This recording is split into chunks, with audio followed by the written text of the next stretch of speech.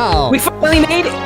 We made it! We made it, ladies and gentlemen. Good evening, folks. It's Monday, June the 29th, 2020, 7:07 p.m. Eastern Standard Time. This is episode 76 of Two Dudes and Some Bullshit. Tonight, Tony and I are watching The Ring from 2002. Ladies and gentlemen, we are live!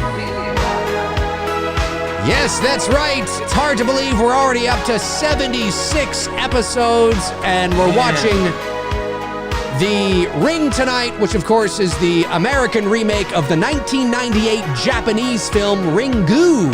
Ringu, which I've never seen. I'm not familiar with that. I'm not familiar with that one. I need to watch it. It's just one of those ones that just kind of slipped by me, and I keep telling myself, I need to watch it. I need to watch it, and I just never watch it, but I need to watch it. I do own it. I own it on VHS, mind you, and I have watched it, but not in a long time. And I remember enjoying it on VHS. I'm actually looking at it right now. That's one of the ones I knew that I was going to get instantly when I saw it in the movie theater. I walked out going, that was fucking fun. Because, you know, remember, up until this point, horror movies for us, this was like new for us going to see it in theaters because we were still very young at the time. So, you know, it's been hit or miss, you know, with our horror movie going experience. But when I walked out of there, that was a blast. Like, I walked out like this was a good movie. It is a good movie, and it's a good remake of the original. And what is really good about The Ring is it's just, you know, I remember when I was working. Was I working at the video store at the time? Can't remember. It was after college. I was working at Blockbuster. Were you? Yeah. Okay, so it was after college, and I remember that this movie. And again, the internet was relatively still in its infancy in terms of marketing movies online, talking about movies online, movie blogs, you know, all IMDb, all that kind of stuff. There was no Facebook, no social media. The iPhone didn't exist. You know, smartphones didn't exist. Yeah. MySpace might have been around, and I guess you could say that's social media to some degree. But we barely used that shit, man. Yeah, but the heavyweights, you know, YouTube, Twitter, Facebook. No, none of it was around. None of it was around, and so when you heard, VHS was still a thing, still a big thing. So when you heard, which this movie was being touted as, you know, the scariest movie ever made, or the scariest movie in a long time, and you know, all that kind of stuff, it really resonated with you. And in 2002, we were 23, you know, and that kind of thing was, you know, it was like, wow, you know, what is this? And I remember seeing the box and the posters and stuff, and what is this? What is this? And me and Dave, you gotta watch this. I gotta watch this, man.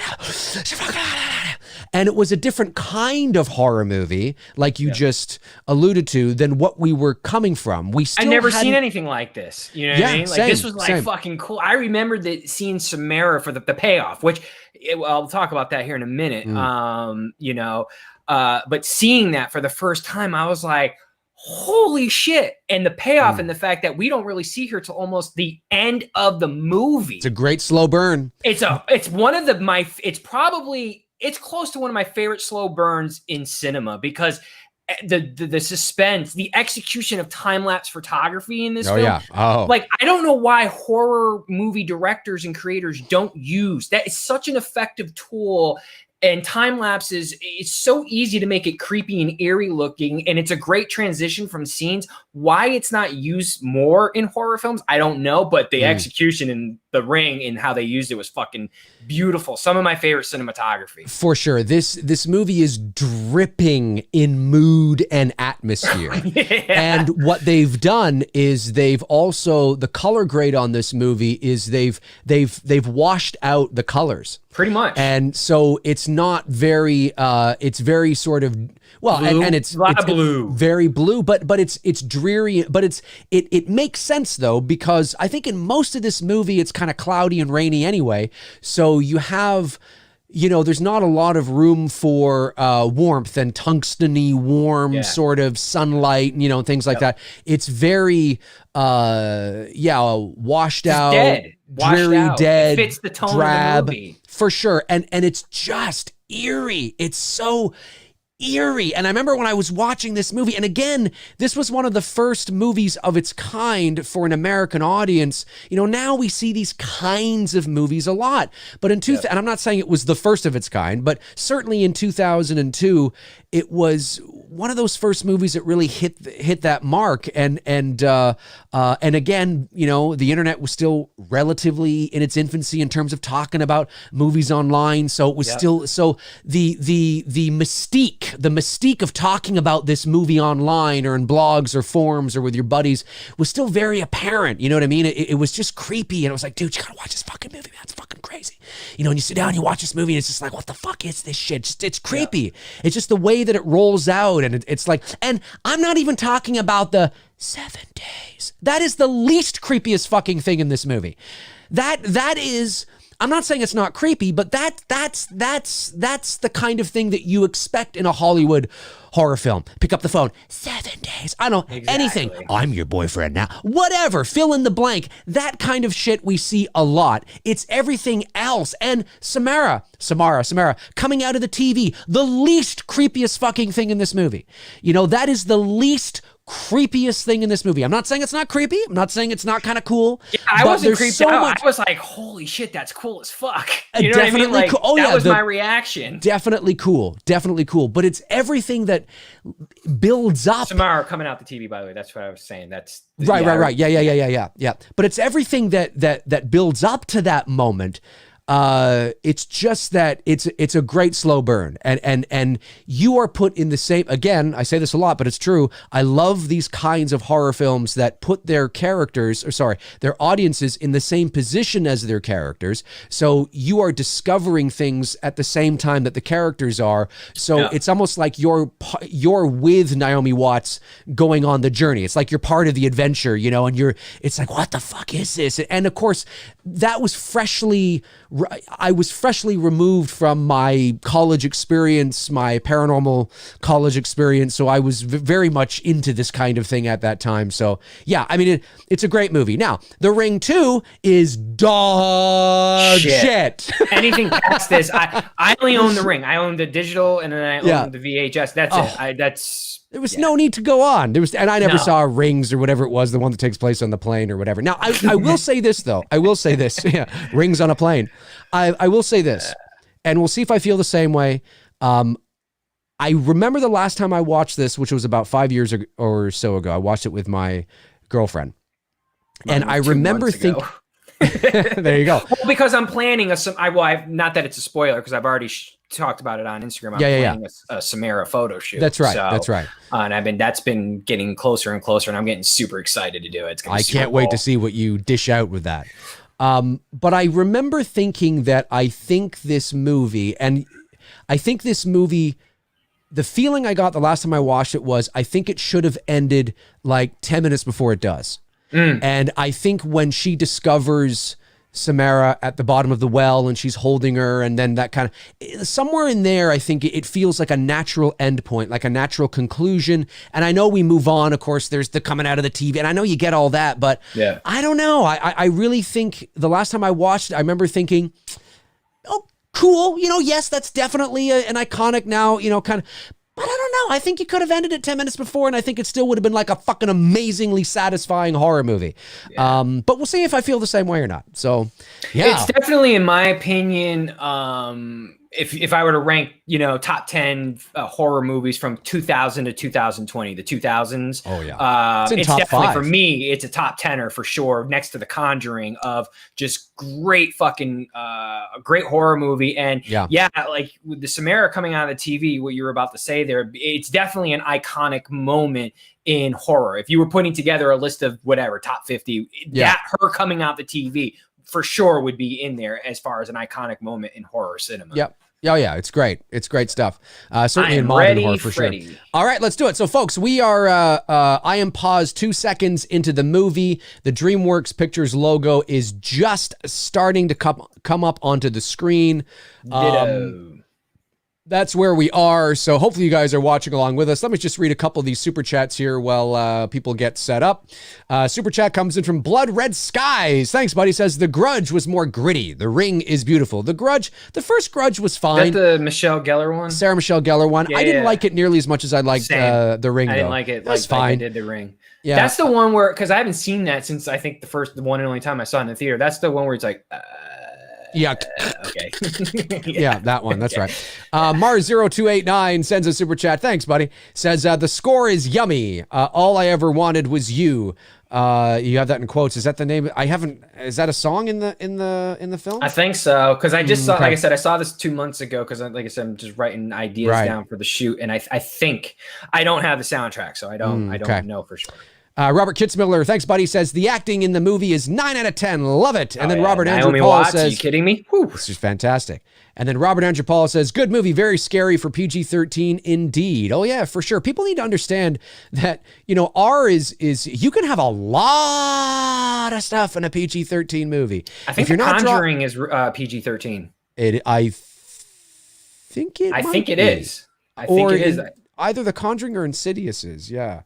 One of the two. But you're right. The Conjuring might have been R, actually. Maybe it was Insidious. No, iTunes has it as R. I was wrong. Okay. My bad. Insidious might have been PG-13. Maybe I thought one of these recent ones here was PG-13. One of them 13 was, yeah. Yeah, one of them was. But R is, I really, like, I understand why people like their R rating, but there's more of a mystique around the R rating, really, at the end of the day, than it has any benefit. I mean, certainly there is. I mean, you can have more boobs and more F-bombs, and you can show more, but at the end of the day, there's so much you can show in a PG-13 film. There is. And you can deliver a 100%. Look, if you have written a movie that is a gore fest, well, then you got to go R. But if you've written a supernatural, creepy, eerie, slow burn, you can make that shit PG-13 is great. The others was PG-13. Let's be honest. Because of the fact that you practically see no blood, if the original Halloween came out today, that could possibly pass for PG-13. Possibly. Oh, yeah. Possibly. Because there is no blood.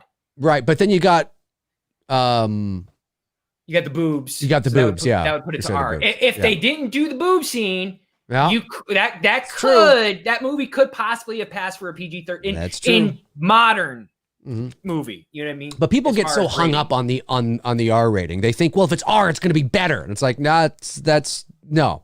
You don't know what you're talking about. It can mean that, but that's not necessarily true at all. Anyway, here we go. 5, 4, 3, 2, 1. But then if we don't get PJ's classic boob scene, we don't get See Anything You Like. See anything you like? Yes, I do. All right, DreamWorks Pictures. Here we go, ladies and germs. The Ring. This is it. 105 people. I'm impressed for The Ring. I'm stoked that 100 people have joined us for The Ring. Yeah, I didn't know how this was going to be, because this is not one that's often talked about, with horror fans. It kind of goes under the radar. Either you're a fan of it or you're like, man, I don't care. You know what I mean? I remember, and again, this is sort of a horror trope now in supernatural films, but I remember the first time I watched this movie, and when they discover this girl here on the bed in the... Girl's like, yes, when they open the closet and she goes back like this or whatever, that was fucking frightening. It was freaky as hell. Again, it was, and the way that the payoff on that fast speed up to it, right, how they zoomed into it, like it again, was just not seeing anything like that before. Right. It was just, it was.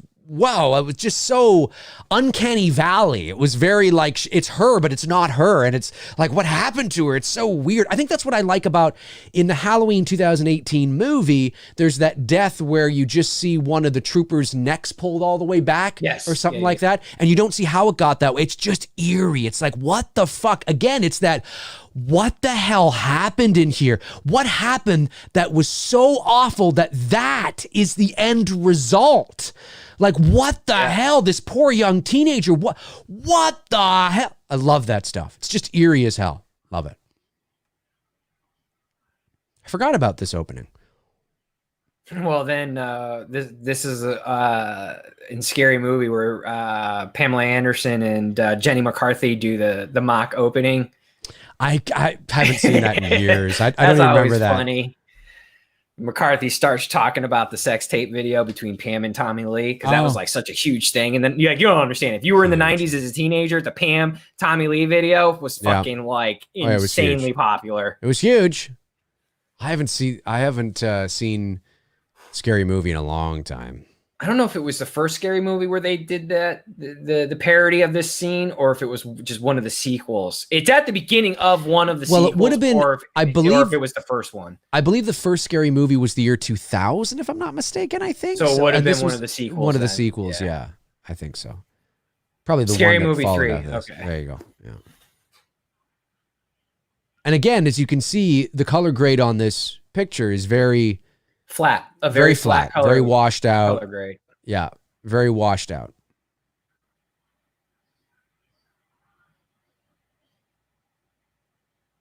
You freak!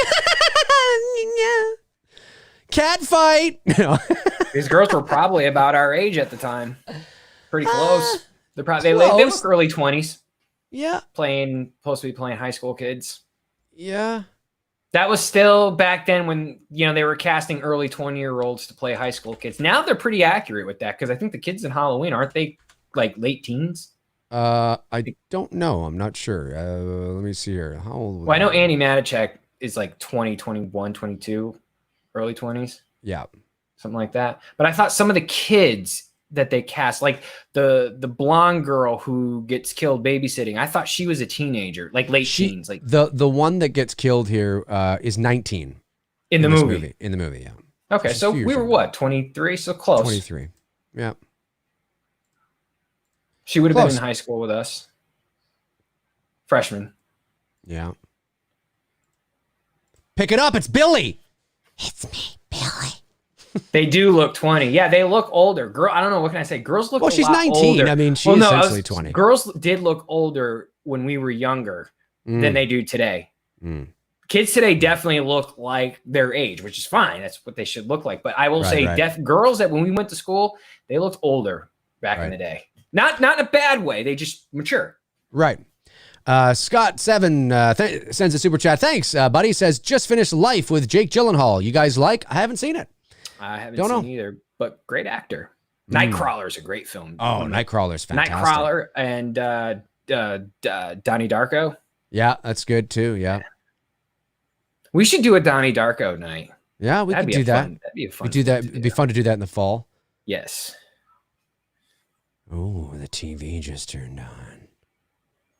The classic. Oh, I'm gonna have so much fun creating photos because I got that portable like 80s TV that I'm gonna be able to take with me. I can plug it into a battery pack, and in these abandoned places. Oh my god, I'm gonna have so much fun taking Samara pictures. It's gonna be great. I can't wait to see them. Your most recent Jason Part 2 one was great. Loved it. Love love the perspective. I call it the cliche photo, but I love the perspective. Oh yeah. Her behind and her in the foreground, him in the background. That's the Apollo cabin from Part 6. Beautifully framed. The cabin. Very cool. You're going down, girl. You're going down. Looks like she's in a schoolgirl uniform. Like she hasn't changed out. Yeah, they both were. They both were playing the Catholic schoolgirls. Oh yeah, right. Of course. That was a thing in the early 2000s. Not so much now. Yeah. I mean, I'm not saying it's not totally gone, but that definitely was a thing when we were growing up. Yeah.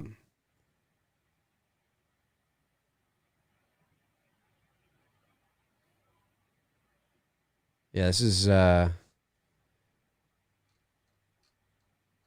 again, these kinds of movies, like this was when the supernatural side of the horror genre was just beginning. Now, of course, like I said, this is a remake of a Japanese film, Ringu, from '98. But in terms of the American horror genre, and it's not that there weren't supernatural films before this. I mean, Christ, Poltergeist, 1982. But I'm just saying that in terms of the new wave of supernatural, so to speak, like this kind of movie, it was one of the first of its kind, because this, of course, spawned, and then came The Grudge, and then came Paranormal Activity, and Paranormal Activity 2, 3, 180, you know, and then Dark Water and you know, I mean, all these other sort of films. Then there was that what was it? The Darkness movie, the dark something darkness. Where the monster couldn't go into the light; she had to stay in the darkness always. And she was it was attached to a lighthouse. The monster was really something darkness. What is that? The chat room should know. Darkness Falls. Thank you. Yes, Darkness Falls. You never seen Darkness Falls? No, I haven't. Oh, that was creepy. Like you don't know what happened. You're like, what the fuck just happened? You don't know what happened. You just get little snippets. That is definitely creepy as fuck. Yeah. Like I remember when I saw that. And when the door opens and her face just, and all of a sudden just zooms up on her and it was genuinely like, what the hell just happened? What happened here? You know? This kid was creepy. Oh yeah, he's great. But he was great. But creepy great. Yeah. Miko Hughes, if he was this age, totally could have been that kid. I'm going to tell him that. Yeah, he could have. I could see it. Miko! He has the Miko. Of course, he was too old here, but yeah. Naomi / kind of Nicole Kidman-ish look. Miko, a lot of times people go to he says the line in Kindergarten Cop, right? Oh, the boys have a penis, girls have a vagina line? Yeah. I know a lot of people go to that, but like some of the shit he did with the Olsen twins on Full House was fucking hysterical. Oh yeah. And how he would say just those one-liners to whether it was to Stamos or whoever, you know, just to kind of get on it. Like he was his timing was hilarious. Oh yeah, on that. For sure. He was a talented. I could certainly see why he was in a lot of things, for sure. He's also in Pet Sematary. Yep. Pet Sematary. I always forget he's Gage. New Nightmare. Mercury Rising with Bruce Willis. The film you guys are doing. That's right. Yep. Yeah, I'm going to be tearing the shit out of them. I love this color grade. I gotta nail that color grade when I do the Samara pictures. Yeah, it's just muted color. It's muted in a very blue tone. Yeah, I can definitely see a filter on it for sure. Yeah, I can totally tell with any photo when it's whether it's film or not, that if they put a filter over it, and they definitely put a filter over. Oh, 100%, 100%. But it creates sort of a dreamy, it sets the tone for the movie. Again, color grading is so important in film, and it can set a tone, but there are a lot of people I see that make the mistake of, you know, with fan films or you know, amateur stuff, they will just put presets. They'll take a filter and they'll just throw it on top of it, and it's, sometimes it's like, no, that's not what it's there for, and you have to color grade from shot to shot, moment to moment. Like it all has to match, you know, it all has to look the same, you know. And there's a lot of people that will just kind of take a filter, and it's best to always color grade manually, because that way you have more control and whatnot. And you color grade. I mean, if your film, you know, if it doesn't need to look like this, don't have it look like this. This is part of the visual aesthetic. This visual aesthetic, excuse me, is part of the mood of the movie. Intel Wild sends in a super chat, says, listening to two dudes while I'm working. Bring Billy back. That's right. Hashtag bring Billy back. The Indiegogo campaign for It's Me Billy launches this Saturday, July the 4th. Happy Independence Day, you some bitches. It's launching this Saturday.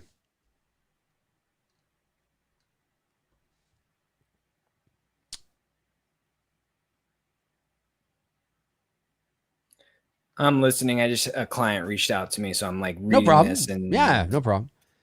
I always find that Naomi Watts, is it Naomi Watts or Naomi Watts? Naomi Watts, I think. She kind of has like, she has her own look, but then it's like she could be Nicole Kidman's sister. Like she kind of has that Nicole Kidman sort of ish vibe, you know, like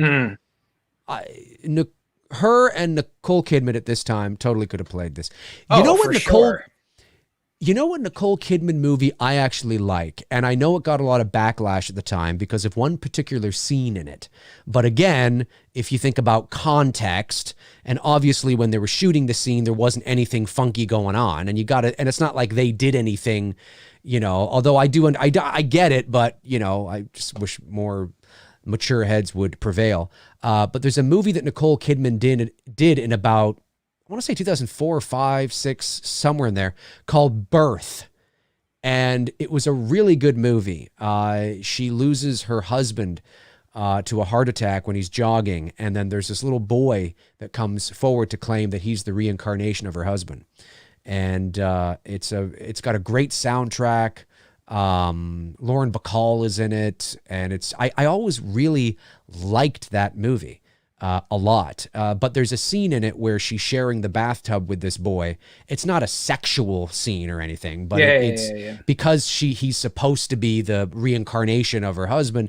People kind of, you know, go there, I guess, in their minds, and it got a lot of flack for that scene, I guess. But I always really liked the movie. The scene didn't bother me, and the soundtrack was really good too. So if you guys haven't checked out Birth, check it out. You may like it. It's not like a horror movie or anything, but it's a interesting premise.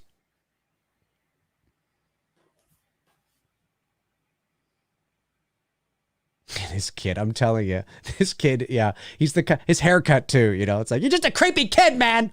You're creepy. That's what they were going for, a creepy kid look. Creepy kid. Colin Murdy says, hey, Dave and Tony, I now recruited my girlfriend into following you guys on Instagram and watching Two Dudes. Maggie says hello. Greetings from Belfast, Ireland. Greetings, Maggie. What's up, Maggie? Thanks for joining the team. She has been recruited. Your contract is in the mail.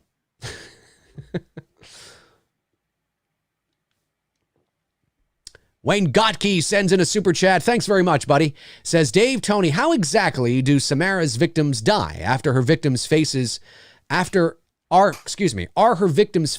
result of a combination of images burned into their minds and a drowned, waterlogged look from how she died? It's a great question. I can't remember whether they dive into that in this movie or not.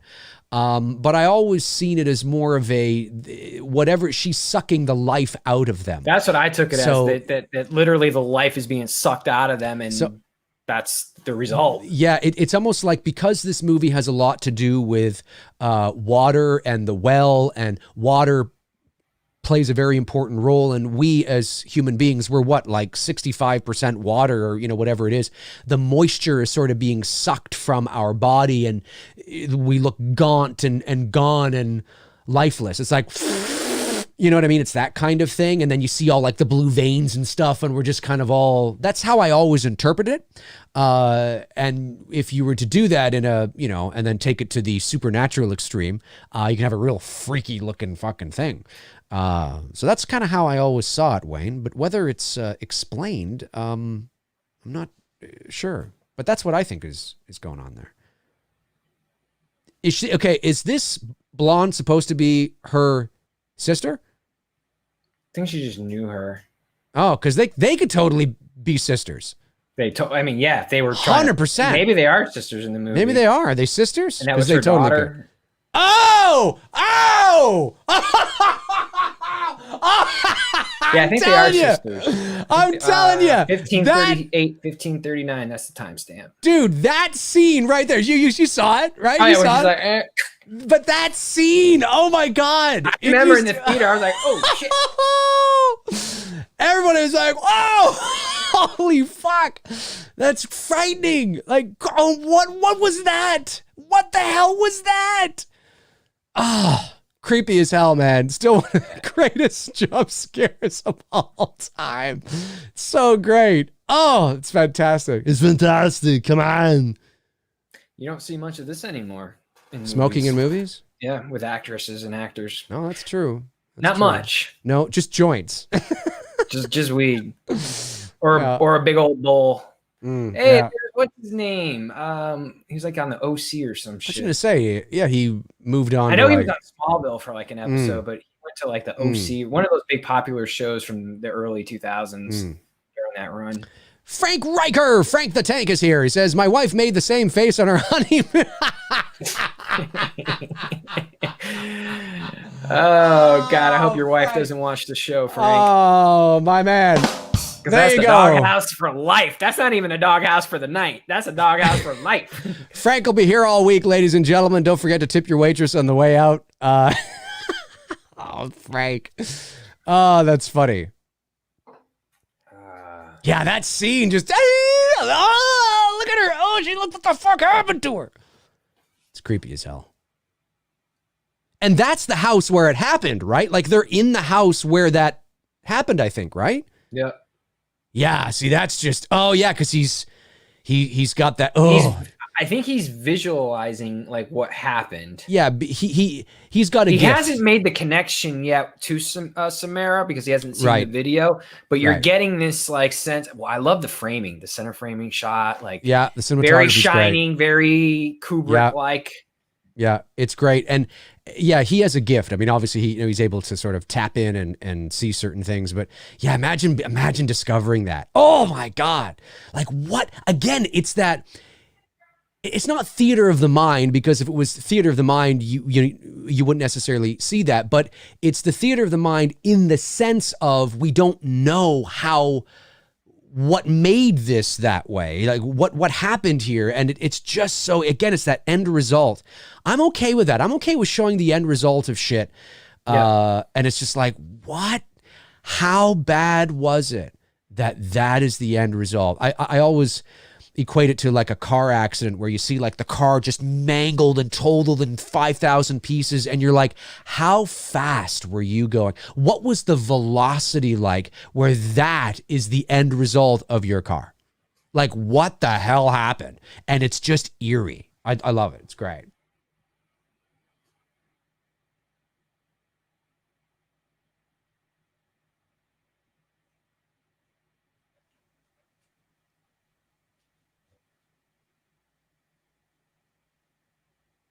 Wait a minute. Was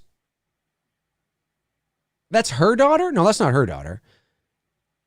Oh, I think it's her niece, right? I think it's her niece, right? Because the mother was, I think, her sister, and I think that's how it goes down. Sorry, it's been a few years since I've seen that. Zach Gaxiel says, Dave, the fact that Palpatine's return isn't really explained in The Rise of Skywalker. Do you look at that as a theater of the mind sort of thing? The more mystery, better? No, I wouldn't say so. I wouldn't say that's a theater. That's not very really what much they mean. Blue Theater of the mind. Filter here, man. God, total. Oh yeah. Filter on that. Oh yeah. They just washed out all the colors. They muted the colors. Is what they did. I mean, the colors are still there. They're just not. Timestamp is 1951. Mm-hmm. Yep. Right on point. Oh, yeah. I remember watching this movie going, oh, and the distorted faces and stuff. Creepy. You're all going down. Like, again, the least creepiest thing about this movie, and it's just the tone and the feeling and the vibe of the movie. It's the vibe as you're watching this and you're watching this film. 7 days. I mean, fuck, who cares? I mean, Jesus Christ, that's not, there's so many great things in this movie that are just eerie. It's eerie. It's an eerie movie. It's a very eerie film.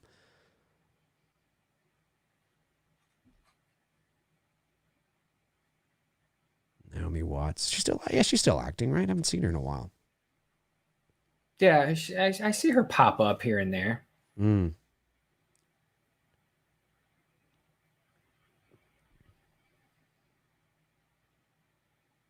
There's the fat, annoying boss. How you doing? You ready? You gotta have a voice like that. You gotta have like a fat voice. Hey, how you doing? DMT Infinity says, Dave, do you enjoy beer? Because I know you're not much of an alcohol drinker, but do you drink on occasion? So what is your drink of choice? And Tony, do you enjoy THC products? Sorry, I know you enjoy THC products, but do you use? For me, that you kind of answered your own question with mine. Yeah, I'm not a big drinker. I will have like wine on a special occasion or something like that, but I don't. Not really a big drinker. In terms of beer or something like that. I mean, I like a dark ale, I guess.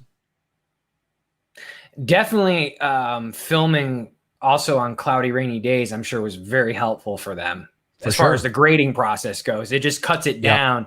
You know, shooting in less color as possible, it definitely helps you out if you're going with this type of grade. Yes, yes, for sure. The 9 of Diamonds. Oh, CBD products. Not really. I just go old school, bowl it, bong it. No more blunting it. I can't do blunts anymore. And brownie it. I definitely do brownie it. You're getting too old. To blunt it, yeah. Plus, because I'm trying to maintain being able to still do my 8 to 10 mile runs, you know. So I've really been cutting back on the smoking part of it and really getting in more into the hash part of it. I was out for a run today, and the temperature today was brutal here today. Yeah, it was pretty. I ran like at 6:30 this morning, and it was already like 95 degree, and it was humidity. Like, it was insane this morning. I was like, oh my God, this sucks. Here we go. We had a great spring, and now it's going to be a shitty summer. Yep. It was today. Today it was here.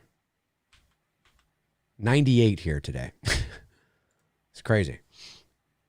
With the humidity.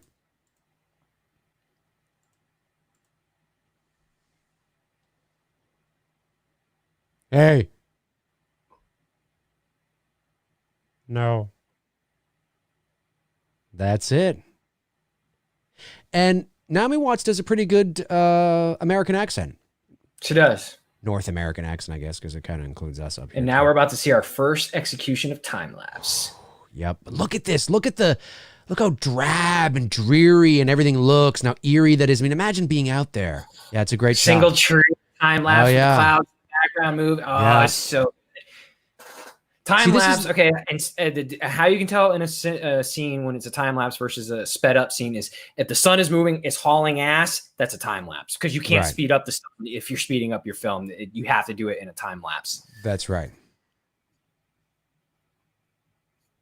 And how many photos a second is a time-lapse? That was about what? That transition was no more than 3 seconds. That would take, back then, that would have taken forever for them to do, which is why it was probably so short. But today, to do a 4-second time lapse, it can take me close to 45 minutes to an hour. Wow. To take that many photos and then process it through. And then that's not taking it. I love this. Like, just every image in this video is just artistically beautiful. I mean, yes, it's creepy, but there's a lot of art into this. Yep. In the framing of everything, and the execution of singular objects. For sure.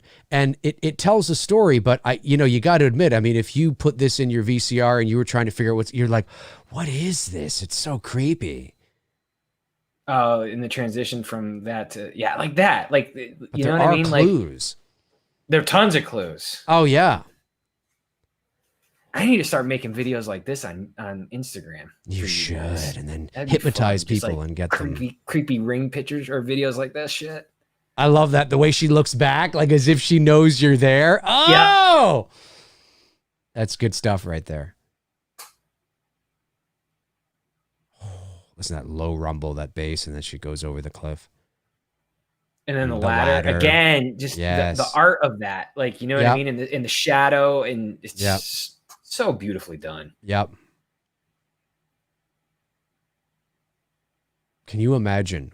You're watching that tape. See how it's in moving that fast, cabin. but the sun was standing still? Yep. That's not a time lapse. That's them speeding up, but the sun was still in stationary.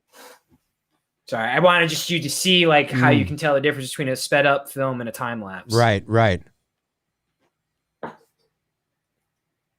And the thing here too is that, like I said, imagine watching that in a cabin like this on a day like that.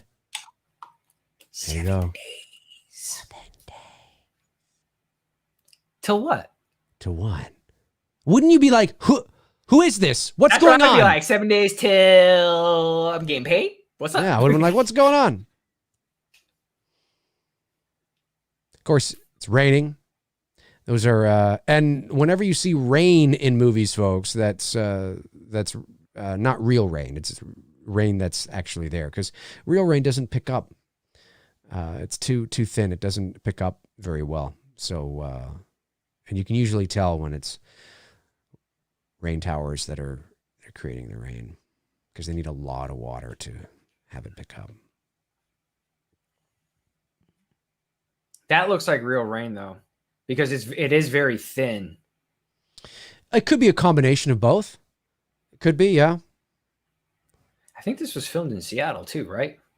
It was filmed in Washington. Yeah, I think it was. Or Chapa or Chaz, whatever it's called now.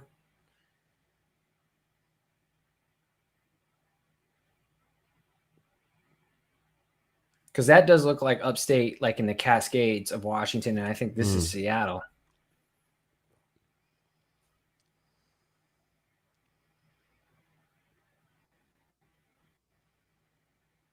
You got to have a Polaroid in moments like that, man. I'd want to know right away. I wouldn't want the and this is the infancy. Oh, there we digital, go. There we go. That's 1 megapixels, and we were like, "This is the greatest thing ever." Dude, I remember I won a 4 megapixel camera, and I was over the moon. I mean, 4. Yeah, that was probably about a 4 megapixel, because the ones were like in the late 90s, mid 90s. That would be about the 4. Yeah, no, we were all like, wow, this is like, oh yeah, what the hell, 100%. It was crazy.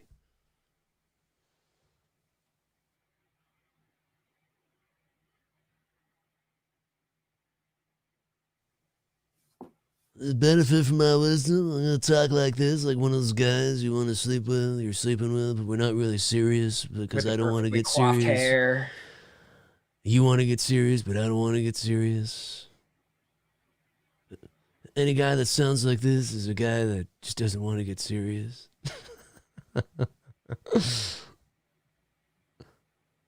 Maybe if you watch it again, it'll reverse it. Maybe that's what you need to do. You need to watch it again. If you watch it again? Right. The phone rings, you pick it up, you're like, hello? And you 7 hear more days. That's how you beat it. Or you hear, that's right. You just keep watch watching it once a day for the rest of your life, and you that's just keep pushing it out. That's right. Samara's be like, listen, bro. This shit's getting old. 5,000 days. 75 years. Actually, technically, that is a loophole. You could technically do that. If you kept watching it every day, you're going to keep pushing it out every 7 days. Oh, there you go. Really, in theory, right? That's how it would work. Maybe that's what you need to do. Again, I love just the framing of this and just kind of a little bit of a rear window. Oh, yeah. Yeah, definitely. That voyeurism peeking in on people, the every ordinary day life of people, just life moving on as normal, so to speak, even though she's not in that position. That's why I could never live in the city, man, because I know motherfuckers be doing that shit with telescopes and fucking peeping into other people's fucking I guess if you're in an apartment like that, yeah. You never know. Pick up the phone. Pick up the phone. Of course, she gets it, and I don't think it is because he has to answer. Yeah. It's like somebody she knows. Just let it go to voicemail. Yeah, what if... Now, here's the question. What if the person watched it and they don't own a phone back in the day? They just were one of those people who didn't own a phone. You get a letter in the mail, you open it up, and it just says 7 days. And it says, from Samara... writing. That's right, yeah. From Samara, such and such, Washington State...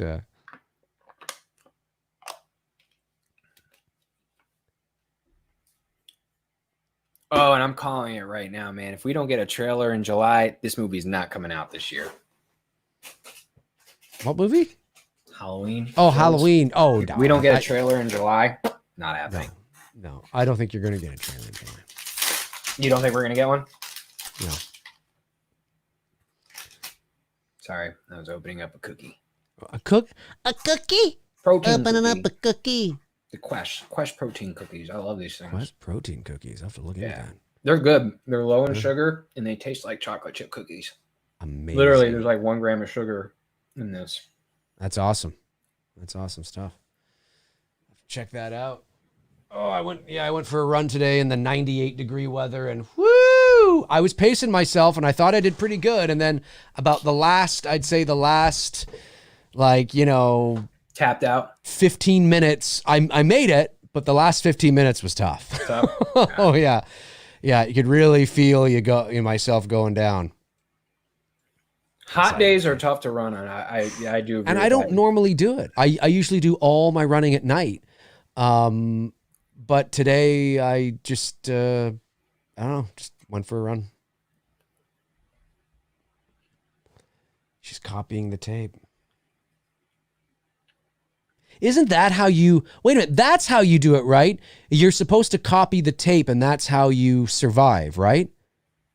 And pass it on to someone else. And pass on to somebody else. Isn't that how you survive? It's starting to come back to me now. Yeah. Yes. Ooh, the scrambling of the code. Even just little creepy things like this it was just very effective for the time and watching the movie. I was like, okay, this is some cool shit. Oh yeah.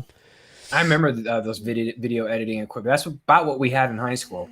Yep. The same shit that she was using. Yeah, good old tape to tape. We called it the toaster. We had a toaster as well. Yeah. So we had a what she's as using, well. the control board to edit with the video, cassette tape and shit. Yeah, no, we had that too. And then we got something in, well, that was high school. What did we get in college? Well, college. Well, same thing. College was the same thing, sort of. Look at this guy.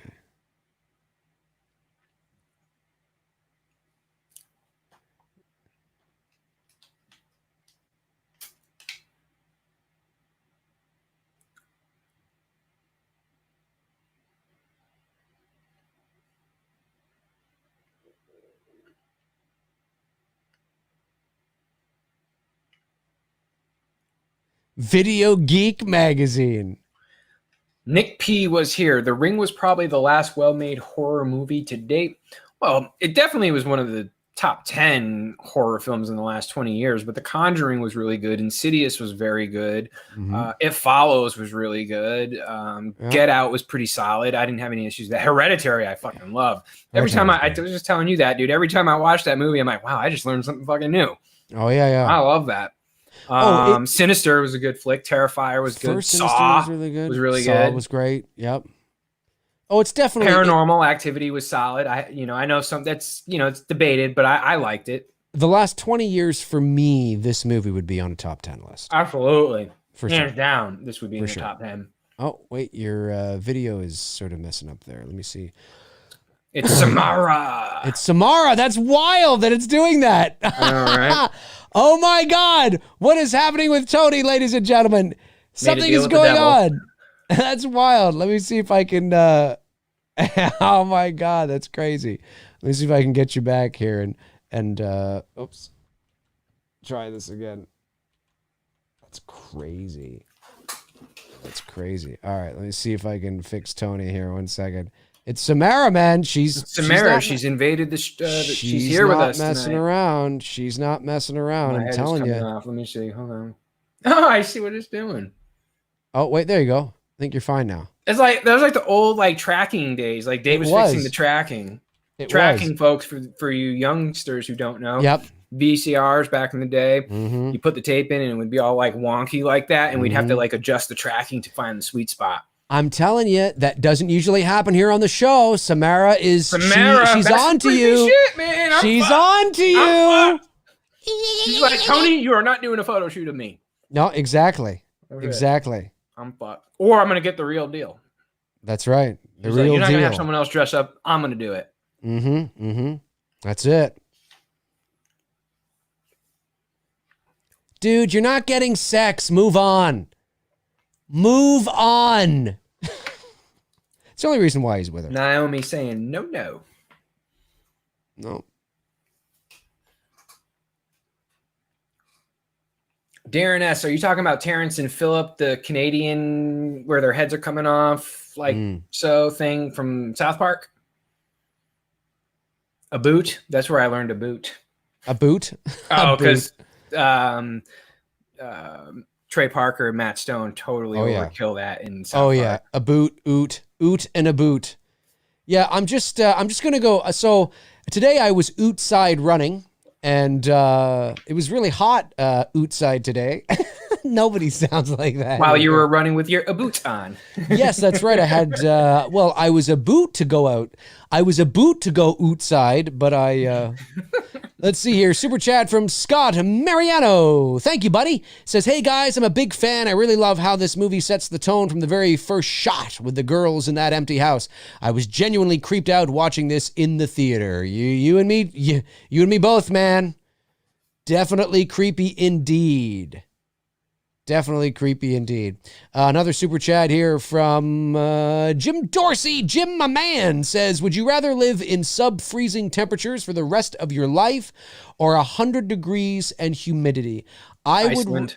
I would rather live in sub-freezing temperatures, and the reason for that is because you can always get warmer. You can't always get cooler. Bingo. You can put more on. You can't necessarily take more off. You know, we have the knowledge of how to start fires and shit. Yeah. So one of the worst things, and thank goodness I live I have central air, but I've lived in places that haven't had central air, and there is nothing more uncomfortable than like you're lying in bed naked and like there's nothing else you can do. You've taken everything off, you got a fan going, and it's still, 110 degrees outside, and you're... Well, that's why I'm able to rock a beanie, dude, because I've got the AC at sub-freezing right now. Yeah. But if I stepped outside, I'd be drenched in sweat within minutes. Yeah. But if it's cold, then you can get a lot of blankets, and you can put the heater on, and you can put more layers on. But so, yeah, I mean, either extreme obviously is not ideal, but... if I had to choose, it would definitely be the colder. Becca, talk to me. What's your time there? 38:55 and counting. Ooh, I'm a little behind. 38:59, 39. Naomi's talking to her niece's friend. Yep, I'm right there. Yep. Come on, Becca. Tell me what happened. Did you not see her? Here she goes. She's going to draw something.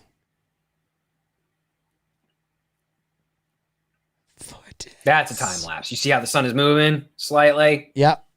I mean, it's not moving a whole hell of a lot, but that's... No, I just... that could be over in, an hour or something, maybe. If that, actually. Probably not. But yeah, time lapses back in the day. Oh man, that was brutal to do. You didn't want to do it because you had to stitch it all together yourself, one photo at a time. That's to create the motion. That's in essence what a time lapse is. It's just a bunch of single photos stitched together to create movement. Oh, geez, 136 people for The Ring. I'm impressed. Great to see everybody here. I didn't know how much we were gonna get for The Ring. The Ring. We are 40 minutes into the movie, and Naomi Watts is just looking at the tape here. It's creepy, man. It is. Yeah, the color grade on this movie, the colors are really muted. Really muted. And I'm glad, tone. It totally does. And it fits the tone of the movie. Yeah. And I'm glad not too many other people, continued this type of look. Because, it can get played out really fast. Like people did when Texas Chainsaw reboot came out in 2003. Right. There was a few films that tried to do that type of Texas Chainsaw look. And you're like, no, dude. Right. I think even Nightmare on Elm Street, the remake, tried that type of tone. Even Friday, before we lost last week, there was a little bit of that type of grade. She was able to... she's able to freeze frame, and she's able to adjust the move frame. The track. Yeah. Move the track. Yeah, there was something hidden there.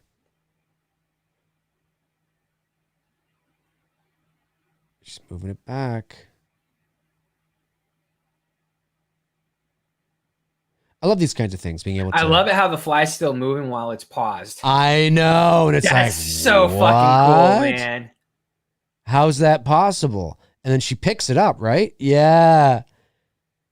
That's creepy. That is so cool. I remember thinking to myself when I first saw this going, what? And of course her nose is bleeding. The old 11 bleed before it was 11. Before it was cool. God, I just seen like a picture of these not so kids anymore, man. I don't know how the charm of Stranger Things is going to be. I think it's gone.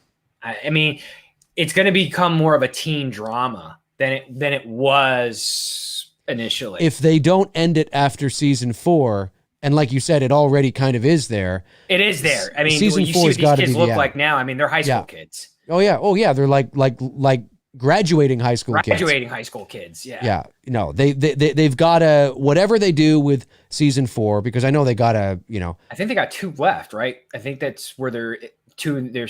Right now they're contracted through 5, from what I understand. Possibly 5, but 4 is where they want to end it.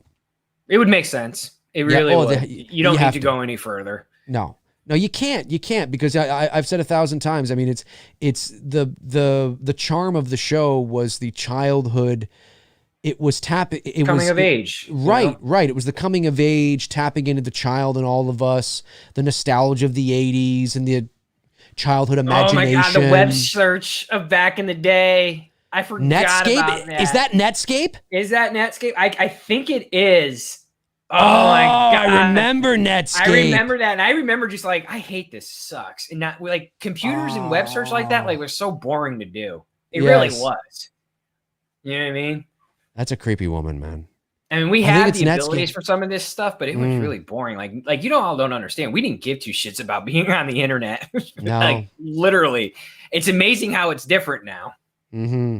I mean, we practically live on it. Yeah. Which I don't know if that's a good thing or bad thing. Yeah, it's a little of both, I think.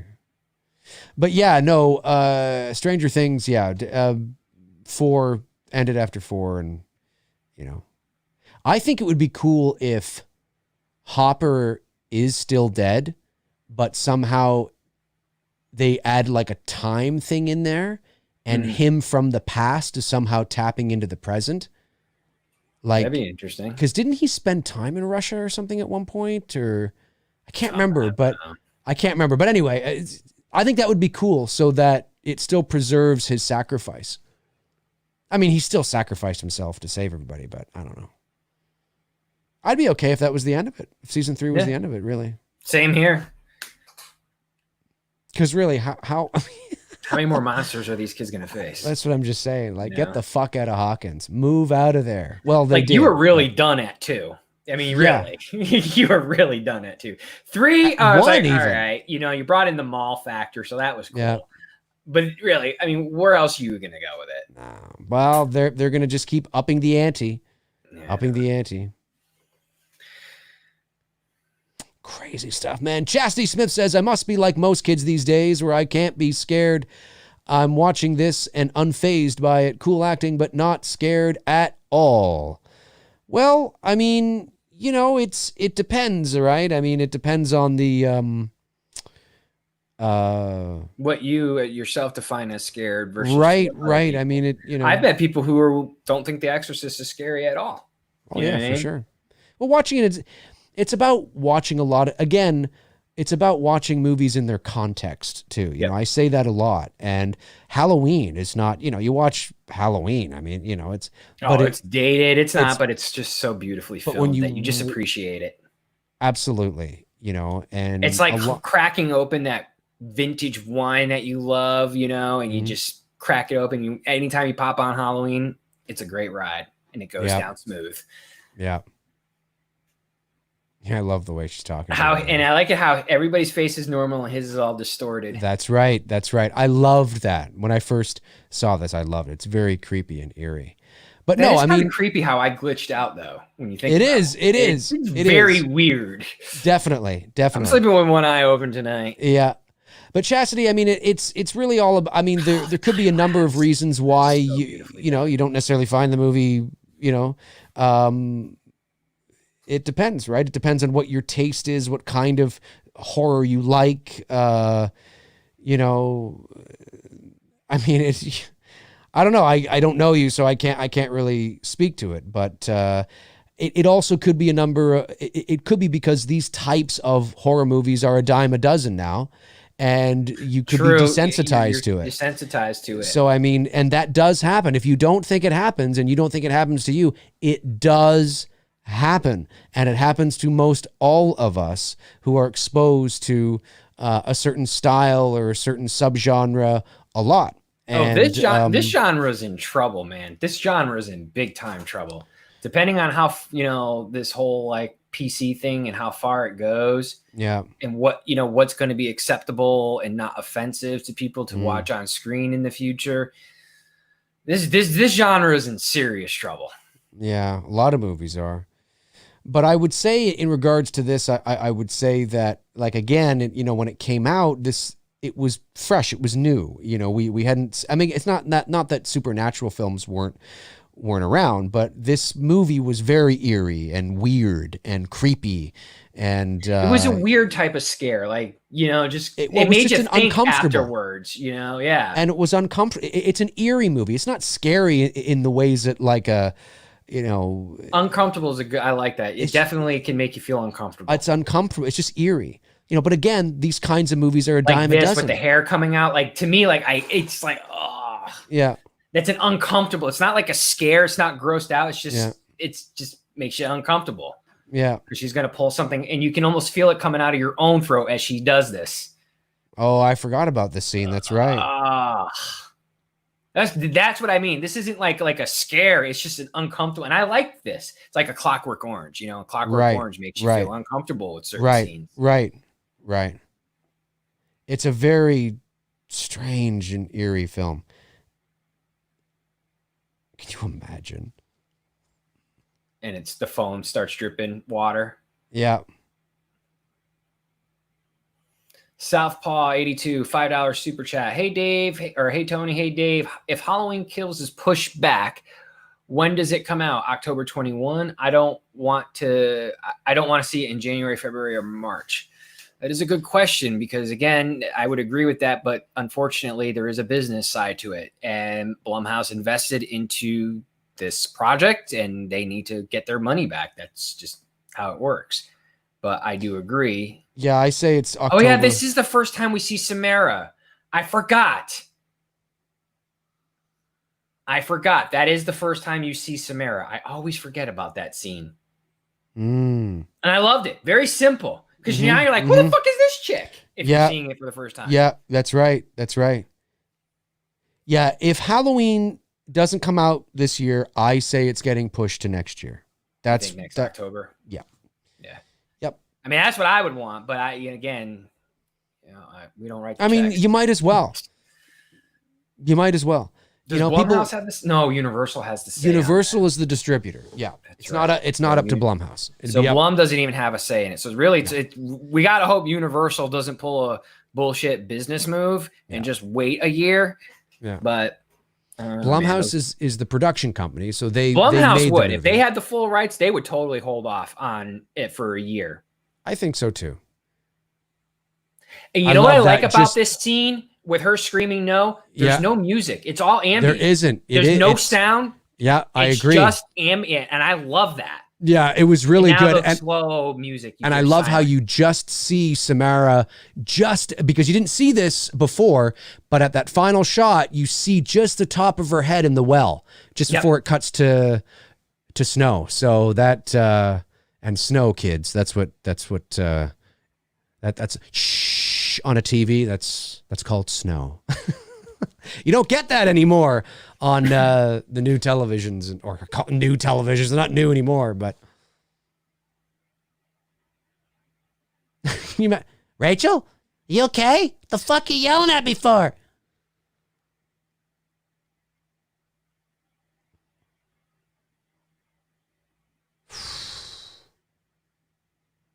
Oh, you're going down, buddy. I think the kid, though, watched the copy. I don't think he watched the original. You're right. It was the copy, I think. It was the copy. Yeah.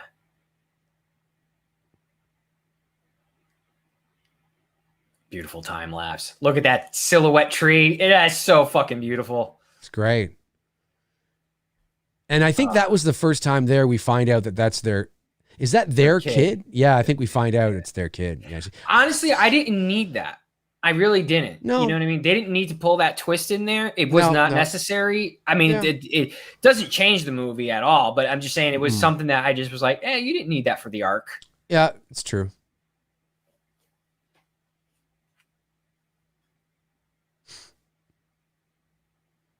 What happened to this kid? This kid's great. Of course, he'd be like 20 something now, but maybe even in his 30s, because he looks at least about 10 here.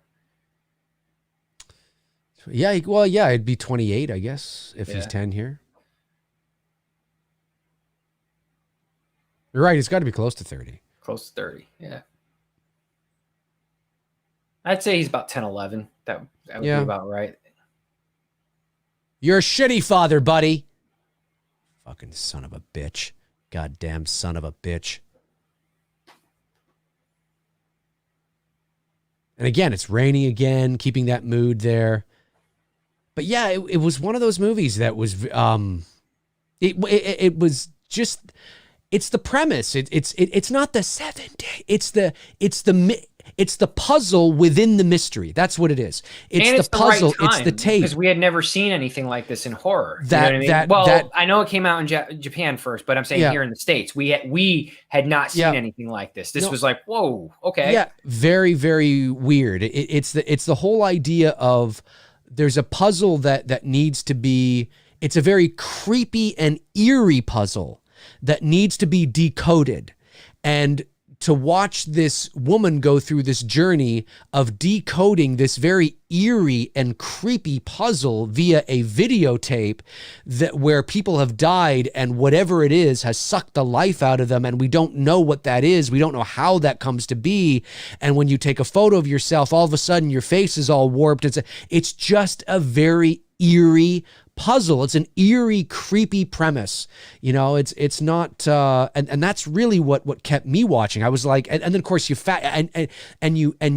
take that and you paint it against the backdrop of a moody, atmospheric, you know, West Coast rain and drizzle and you know, and I mean, it's just, it's fantastic. It's fantastic. It's fantastic. but it's great, you know, and that was so, it's that trying to figure out the mystery of this past and who was this woman, and it's just eerie, and she's brushing her hair and she looks back at you and it's just creepy. Like, what is this?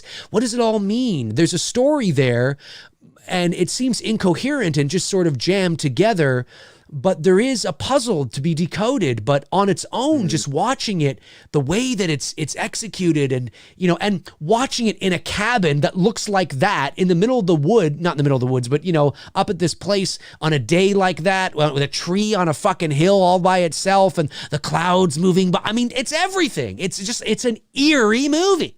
That's what it is. It's an eerie movie from top to bottom.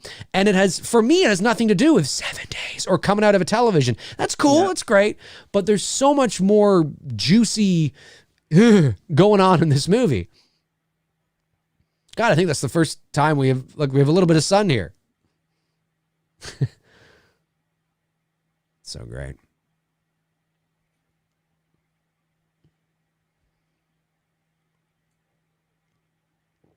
Dump this fucker. I don't even think they're together. Are they together? Or are they just kind of hanging out because of the kid? I can't remember. And they're sort of just connected because of the kid, but I think there's something there, but she's just kind of like, you burned me. I don't want to get burned again. Love this too. Out on the boat. Dude, you know what movie we got to do is eventually we got to do Shutter Island. I fucking love Shutter Island. That's a great psychological horror right there.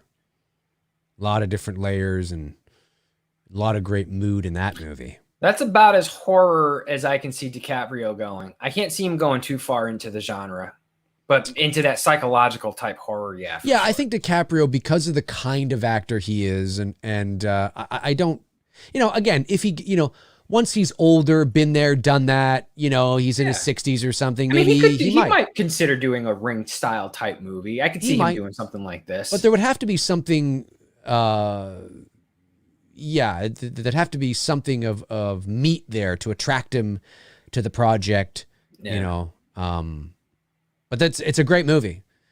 Shutter Island's a great movie. I remember seeing that in the theater and loved it. Loved that shot of the horse's eye just opening, because we instantly, as the audience, think of the tape.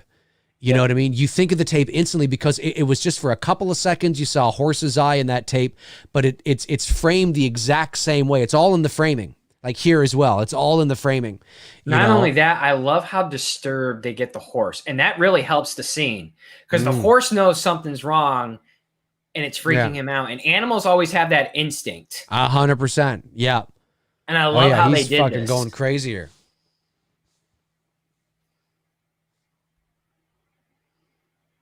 Of course, the horse is not in any serious duress. Look, let me tell you something. You do not want to be on the heels end of a fucking horse coming at you. Fuck no.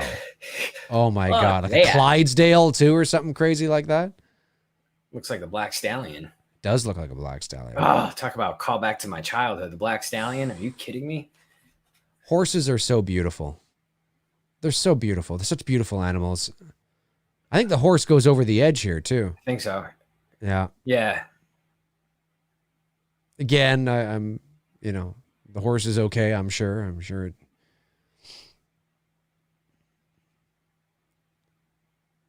That guy was like this. Looked like he was going to haul off and clock the horse in the face.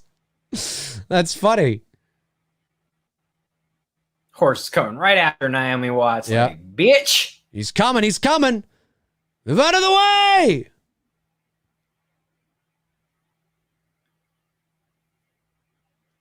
You could not do that today. No. No freaking way. The horse didn't really go over either. It would have been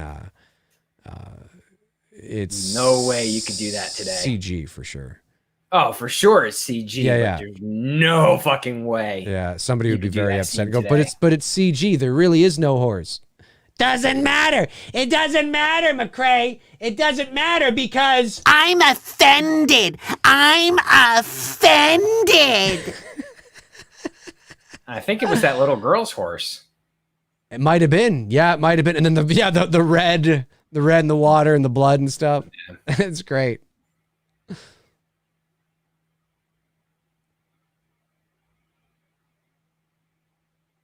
Can you imagine just walking into a hospital going, hey, I need to see the records for John, for John so-and-so. Like, who the fuck are you? What do you mean you need to see? Who the fuck is this guy? I'm sorry. It's impossible. The guy just got. Yeah, well, what do you expect? Just walking into a doctor. Hi, I need to see, you know, at least put on a lab coat and a stethoscope or something. I know, right? I need to see the such and such. I'm sorry. That's impossible.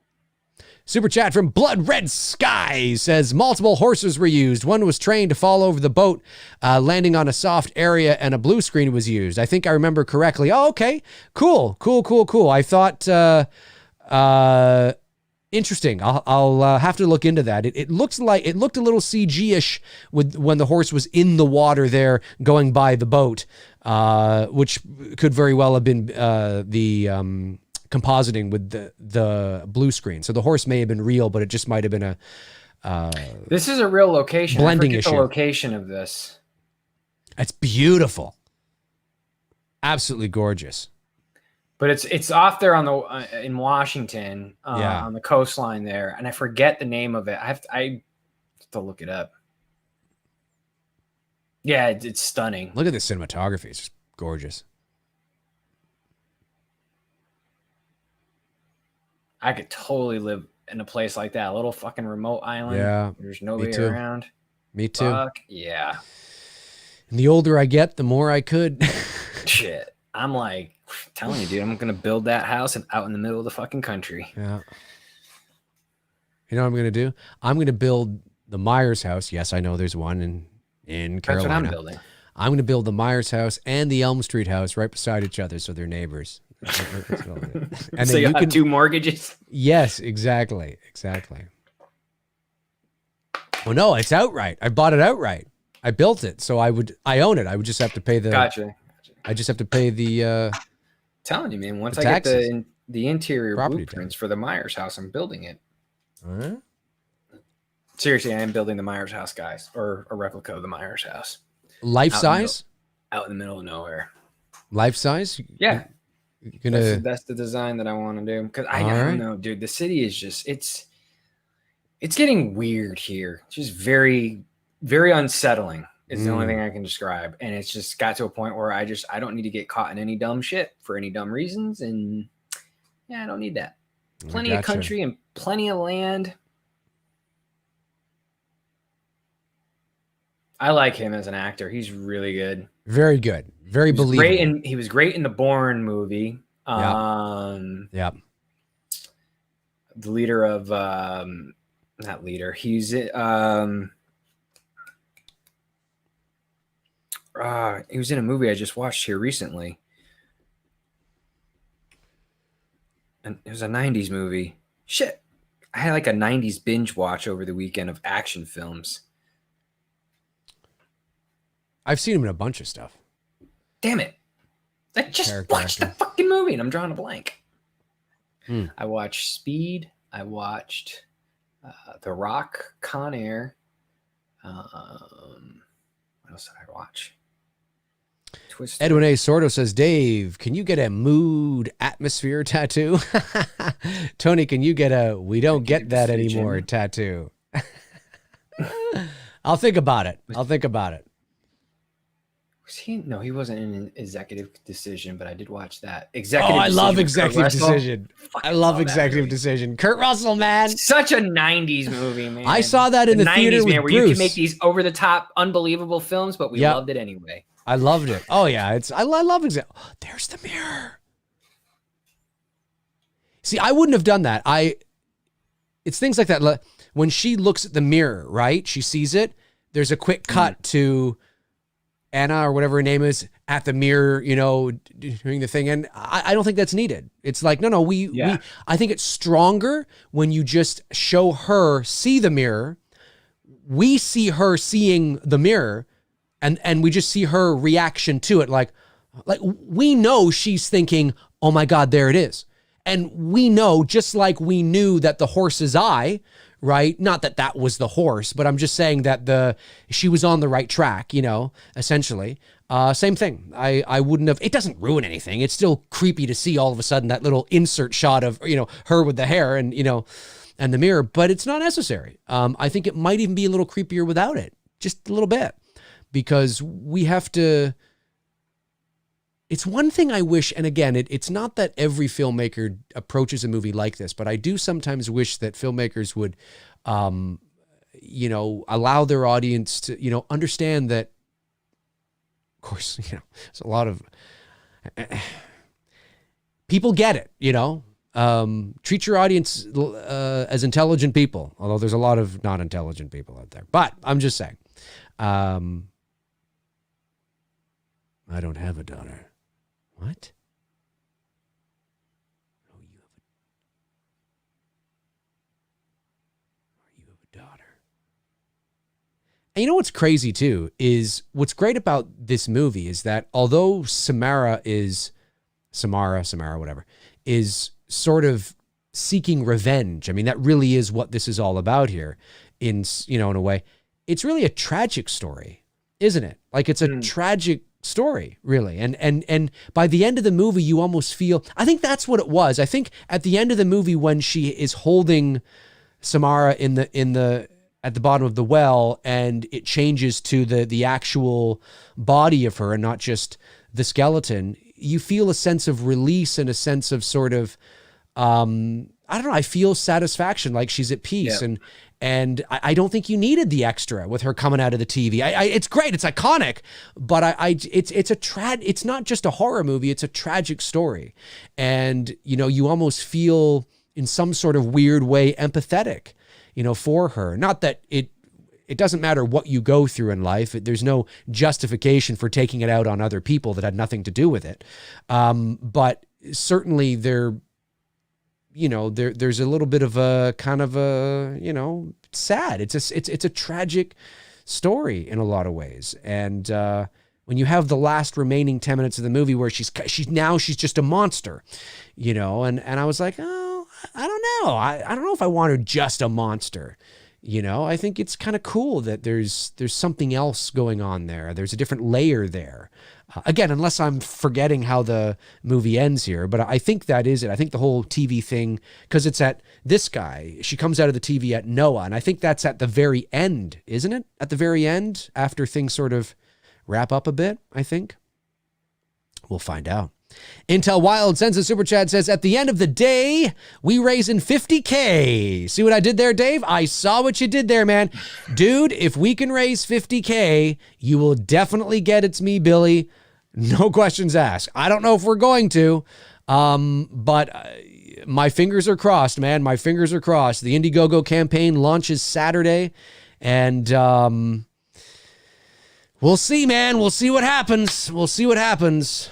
We'll see what happens. I definitely have, we're not leaving any stone unturned. We're putting it all out there and leaving it all out there. So we'll see. We'll see. And every day this week, I'm releasing a little video from an interview that I did with a buddy of mine who wanted to shoot a little interview. Some people have asked me if I shot it myself. No, my friend Mike shot it and asked me a bunch of questions. And then I'm going to be posting them throughout the week leading up to the campaign on Saturday. And I posted the first one today. You can check it out. It's on the channel. And Thursday, I'll be gone all day. By the way, there will not be a McRae live on Thursday. I'll announce it again tomorrow because I'll be out all day on a 2 location scouts. And I'll be on the road pretty much all day because they're several hours away and I'll be on the road with Bruce. And it'll be a fun day. It'll be a fun day. But certainly, maybe, I can't promise anything, but maybe we'll live stream from the car or something. That might be kind of fun. Hey, here we are in my car.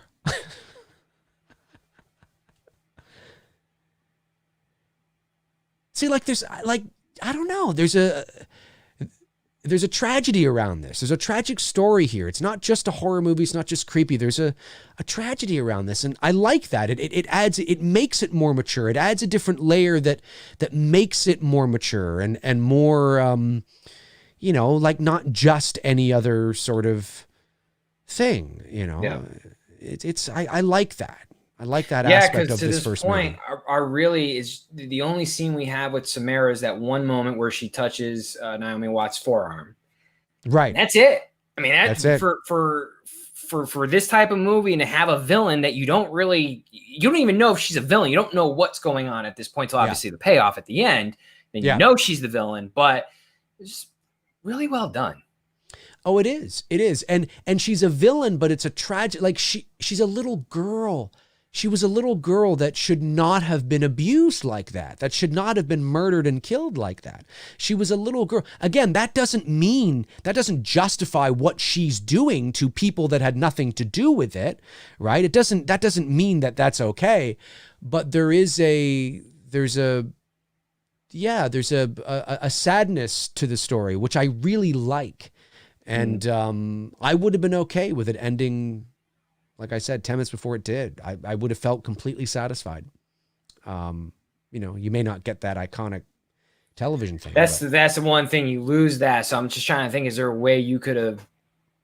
You probably could have put it somewhere. Yeah. Put it, maybe beforehand. Before, probably, maybe. Yeah. Yeah.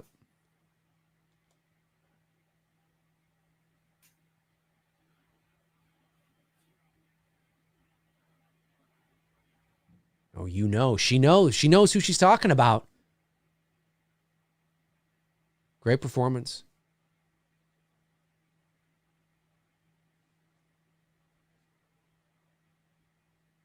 Here comes the exposition. I'll explain it to you in case you haven't gotten it yet. No, it's okay though. It feels right. It feels organic. Look at that shot with the mood and the fog going by and the little oh, that's so great. Creepy playground, Oh, yeah. Their filming locations were beautiful. Beautiful. Beautifully done. Wayne Gottke sends in a super chat again. Thank you very much, buddy. Says it's like trying to come up with a motive for the killer in Scream 5. I mean, how slutty could Sydney's mom have been?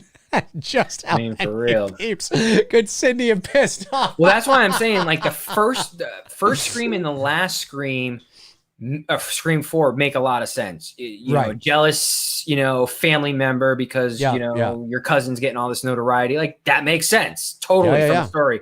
The first movie makes sense from, you know, Billy being pissed off that Sydney's mom slept with his dad and caused his parents, like, totally makes sense.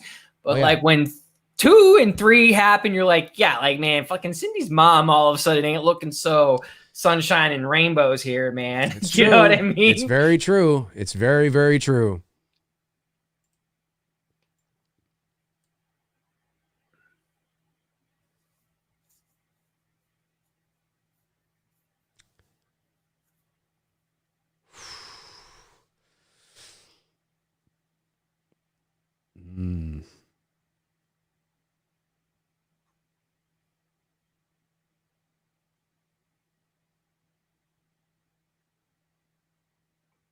I like that. When you live on an island and you catch a cold, it's everybody's cold. There's a lot of truth to that. Yeah, it's true. That's why you've got to put on shot, that wide shot, negative space with the pond or the lake or whatever it is. Oh yeah, yeah. It's great. It's fantastic. Love it. The conspiracy trifecta, says Dave. I'm a little disappointed you haven't made any boob comments tonight. You were on a real hot streak last. Well, there's no boobs to comment on. Why would I? I don't just make. I mean, you got the black panty shot at the beginning of the movie of Naomi Watts walking around her. Oh, I don't. I must have been preoccupied. I don't recall that. What movie did we watch where I was making the boob? I wasn't. It was Friday the 13th. That's right. That's right. But I wasn't commenting on the boobs. I was commenting on the ridiculousness of this. Yes, that's what I was commenting on the remark, not on the boobs. I was commenting on the guy saying that your boobs are stupendous. Stupendous. Who says stupendous like that? That's just ridiculous. That's what so that's kind of what I was. Southpaw 82, they're rebooting I Know What You Did. Are they rebooting I Know What You Did Last Summer? I heard something about that. Yes, I did hear something about them rebooting it. There are some things that you could do to make it a little bit better, but like, see, I don't hate on that movie like some horror fans do. I had fun with I Know What You Did Last Summer. Of course, it was during the Dawson's Creek era of horror films, you know, with that and Halloween and Scream, right? All having, and Urban Legends, all having these like very pretty people, you know what I mean, that were like on television and whatnot at the time. But the first I Know, I enjoyed it. You know, it's a decent film. It's fine. It's fine. It's a fine, good. There's some definitely callbacks late to 90s Halloween. slasher. You know what I mean? Like you know, there's some scenes that you know they're paying tribute to Halloween. Yeah, for sure. I mean, look, at this point, everything's going to be remade. You know what I mean? And it's true. The question isn't now. Oh, I love the framing of that with her reflection in the mirror and shit. So and I good. love. Sorry, I didn't mean to get sidetracked. But to say I love that you still see the lighthouse light outside doing its circles. I know. Love that. It's great. But now it's what I'm more concerned with these remakes that they continue to do is the story arc content. How with what I think is about to come our way with New Hollywood. It's going to be very interesting how these scripts are written and the stories they tell and what they're going to do and what they're not going to do. I definitely think they're going to pull back on a lot of stuff that they used to do. And they're going to make sure they're going to go through basically the checklist of like, okay, we're not saying this, we're not doing that. We're not, you know what I mean? Because they don't want to piss anybody off and they don't want to be a part of cancel culture. So cancel culture. It's interesting to see where movies are going to go in the future. Ryan Andrew Allen says, Dave, Dave, here of her of her in the bedroom or in the cell. Yeah, so good. Could you imagine? Okay, we want you to do. What do you want me to do? Just stand there. What do you want? Nothing. Ryan Andrew Allen says, Dave, is actor Stephen Lang among your choices to come in for the part of Billy and It's Me, Billy? If we raise $500,000, sure. Sure, why not? Probably need a little more than that. Well, he might do it for, and it all depends, right? It all depends on the size of the project, right? Because the project is small, and his commitment would be small. He may do it for, 100 G's maybe. Who knows? He wouldn't do it for 100 G's if it was like a Star Wars movie. No. No.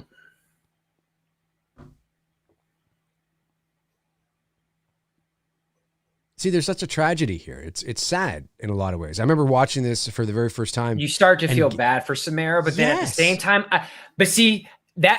when I remember seeing this at first, I was like, oh man, no, I don't want to feel bad for this little girl. You know what I mean? And I like how they flipped it. Like, nope. She's like, fuck you, motherfuckers. I'm going to kill you anyways. Well, but that's what I said, right? I said like there is a tragedy here, and she didn't deserve to be murdered. She didn't deserve to die in the ways that she did. She didn't deserve that at all. But that doesn't mean that that's justification for her to be taking it out on people that never. She ain't going back to the light side. She ain't having her Vader coming to Jesus moment. I'm going to save my kid. Nope, she's staying dark. Yeah, but it doesn't give her the right to take it out on people that had nothing to do with it. There's a lot of people in this world that have shitty childhoods and upbringings, and take it out on people for the rest of their lives. It's like, dude, I'm sorry, but you can't do that. You can't do that. Samara doesn't care. She's like, fuck you, Dave. I'm going to kill you. Yeah, that's right. That's right. Is he topless back there? I don't think he's topless. He's in a white shirt, right? He's in one of those like doctors. Okay. Like white. Yeah. I thought he was topless. Can you imagine? He's just a topless. Poor kid. Oh! Oh!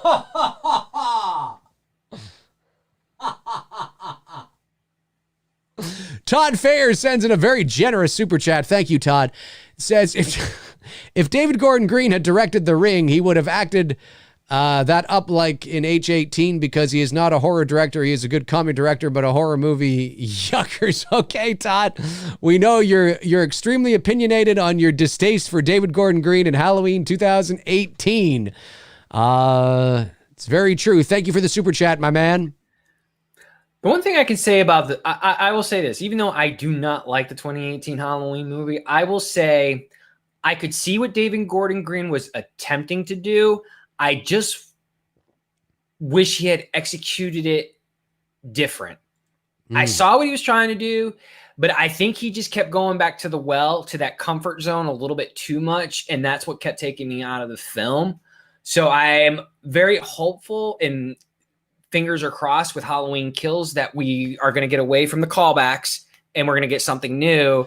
Well, you're definitely, yeah. And maybe good. You know what I mean? Like, so I don't think he's as bad as that. You know what I mean? Because again, like I said, I think there's potential to tell a really good Halloween story through his vision.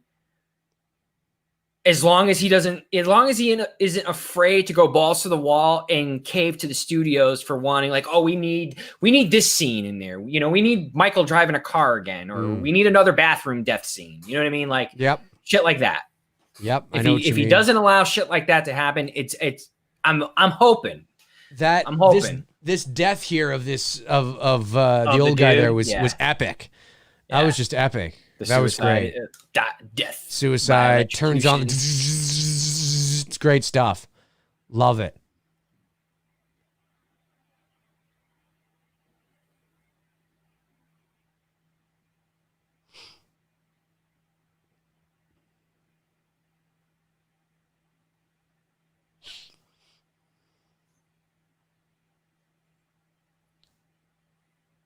And I love this.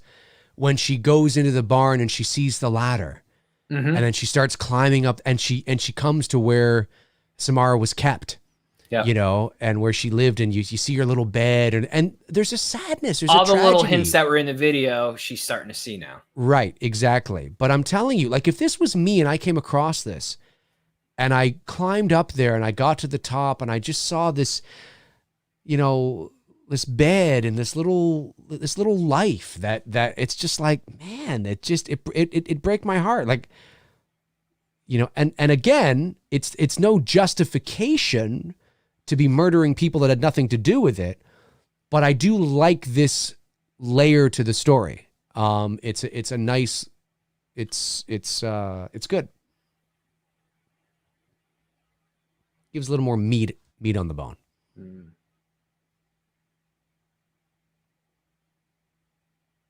Imagine coming across that and just. Oh, I'd be in like paradise because I'd be doing photo shoots like fucking crazy.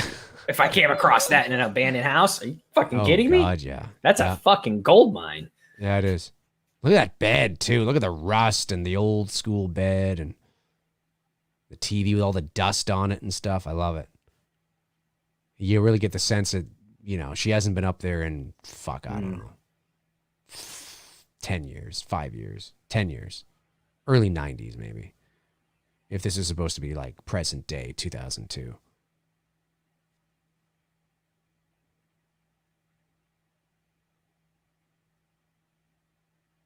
And I like in this specific scene so far, this is the first time this has happened in this movie, they've changed the color tone to more of an orange tungsten. Yeah, because and I'm wondering if that's intentional because they change because they're discovering things. Like the more they discover things, the more it becomes less muted. Yeah. I'm wondering if that was a creative decision on their part to do. It might have been. It's still washed out a little bit, but I get not what as you're bad. saying. You know what I mean? I just had a sneeze there. Might have another one. I don't know. Yeah, wait. I was going to say what we used to say back in the 90s, but I can't say it because I probably offend somebody. Oh, the tree, I'll tell you when we go off air. Okay. Todd Fair sends in another generous super chat. Thank you, Todd. Says, hey, Dave, how much money would I have to donate to It's Me Jolly? It's Me Jolly? To get a producer. It's Me Jolly to get a executive producer credit. Well, I don't know about It's Me Jolly. It's Me Billy. It's Me Billy. I knew what you meant. Drop about 10 grand and that'll probably get you there. Well, yeah. Less than that. Well, I don't want to give too much away yet because I want that to be revealed Time-lapse on Saturday when the campaign is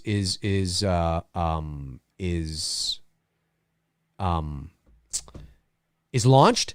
But let me just say that we are in the ballpark. If you're familiar with Never Hike in the Snows campaign, Dylan's New Nightmares campaign, we are in the same ballpark. We have tiers that are affordable to most everybody, like any Indiegogo campaign, and we have tiers that are very high too. And a little bit of a hint: there may or may not be, of course. Now that I've said that, there may or may not be a two dudes tier. I'm just saying, there's a little something in there too. Two dudes tier. But you see, I'm wondering because the color tone is shifting in this movie. The more that they're getting closer to discovering it, I think they did that intentionally. They may have, they may have, and certainly when you turn on a light, you need to warm it up a little bit. I'm just noticing it now. Right. Because it's not this is a movie I do watch, every few. I just watched it a few months ago, and I do watch it maybe every couple years or so. Right. But yeah, Todd, no, we do have there will be an executive producer credit available. It's the highest tier. It's called the total package, and there's also several options for an associate producer as well. Now, associate producer, you actually have to get killed in the movie. No, so there's a trade-off. Can you imagine? Can you imagine?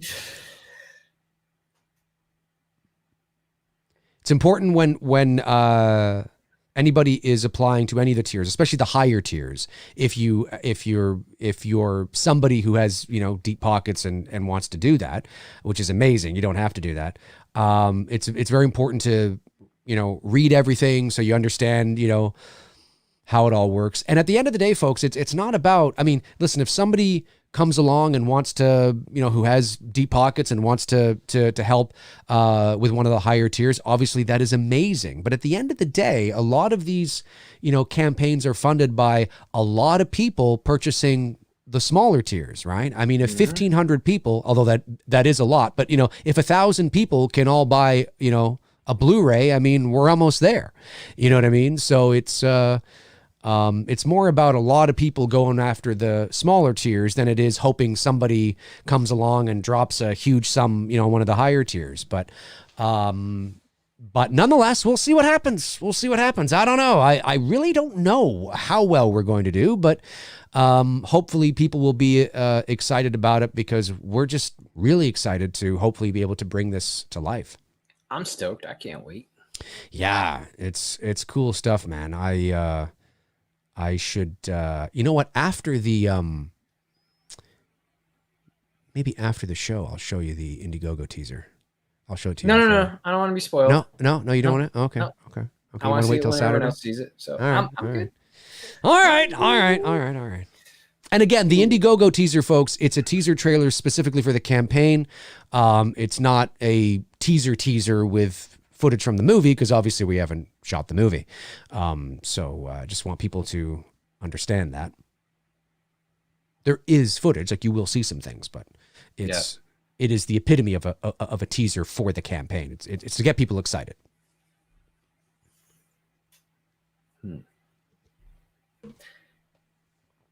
I love this. Like, I love that they found the well in the floors, in the floor. I love that.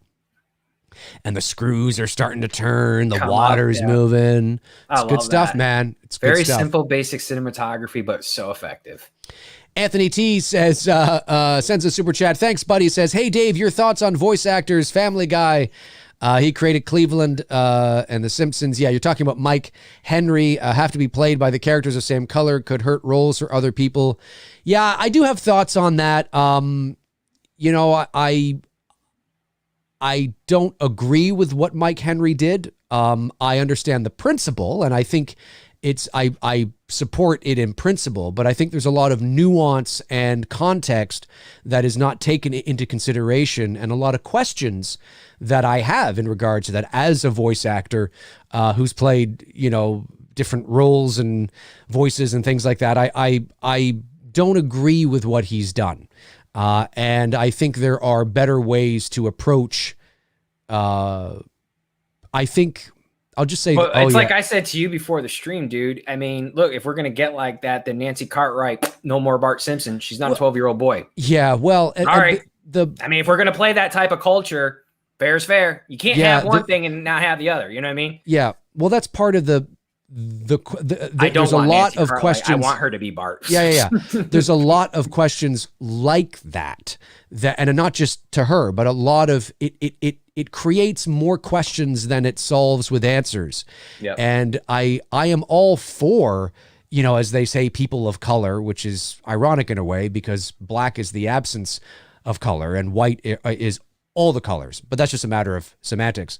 I always found that kind of funny, but certainly I think the correct way to approach it would be to begin the process of creating characters and opportunities for Black, Asian, brown, whatever, voice actors to create opportunities for them, to give them opportunities to create iconic characters themselves. I don't think the answer is to strip somebody from a role that's been in the pop culture for 30 years or for 20 years that nobody was complaining about anyway. So I think and I think I would like to think that most people are mature enough to understand that that's the right way to go about it. Is you start from here, you start giving them characters that they can make their own, because that's what you want as an actor, not to necessarily step into a role that's been made iconic from somebody else. You want to have your own opportunities to work from the ground up. And anyways, I have a lot of thoughts on it, and I may or may not talk about it on a McRae Live. It's just, you always have to approach these things with delicacy, because again, there's you don't want to get canceled. There's very little nuance and context. They're just trying to strip that away. And it's like, I agree with having more Black and Asian and whatever, 100%. I agree with all of that. I think that's great, but I don't think this is necessarily the answer to do that. I think you have to give them opportunities, you know, to create these iconic characters. Have somebody who's black create their own Cleveland type of character and let it become iconic in the pop culture. I think that's what really you want to do. And then, you know, you lift everybody up that way, not take away role. I just don't, anyway, it's a whole thing. I just, God, that's such, sorry. I was just watching the scene here. I was like, oh, yeah, no, this, it's, field we're at, with the cinematography with her standing by the well. Oh, it's beautiful. We're at an hour and 31 minutes into the movie here, 37 seconds. And she's such a cute little girl, this kid. And, that whole thing when she falls into the, oh, you see her. Yeah, unfortunately, my Samara for my photo shoot, she is going to be a young woman, but who's got about the same height. Oh, working with kids is like, it's kids and animals, man. Yeah, a lot of red tape with that shit. But you see, with this here, I mean, she didn't deserve this. No. She did not deserve this. And that's why I'm glad she seeks her vengeance and doesn't give a fuck and is going to continue to kill. Well, yeah, maybe on the people that caused it. Like her own mother. Well, her own mother commits suicide. But no, I know what you mean. I know what you mean. But this is part of the tragedy. Like right here, she just, oh yeah, it just, you know, she opens her eyes and she just watches as the top of the well closes, you know. And this whole ending here with Naomi Watts falling into the well, her touching her arm, and the whole thing is great. Like this is where I feel it comes to its natural conclusion and where it should end. I think that's sort of, yeah, I think that's. You could have actually, if you still wanted to have the iconic moment happen, while he's trying to save her, he could have found a way back into the cabin to, you know, whatever reason, and the TV turns on and he gets hooked in by the TV. And there's where you could have had your iconic moment of Samara coming out of the TV while she's down in the well going through what happened to Samara. So you got this both parallel going on. Samara is going after him and coming out the TV. Could totally do that. Could totally do that. Trying to, so you're having this whole build. I like it. Is she going to save him in time or not? I like it. I like it. I like that. I like that a lot. Because you could totally do it. You could. And justify it. But I love this moment here.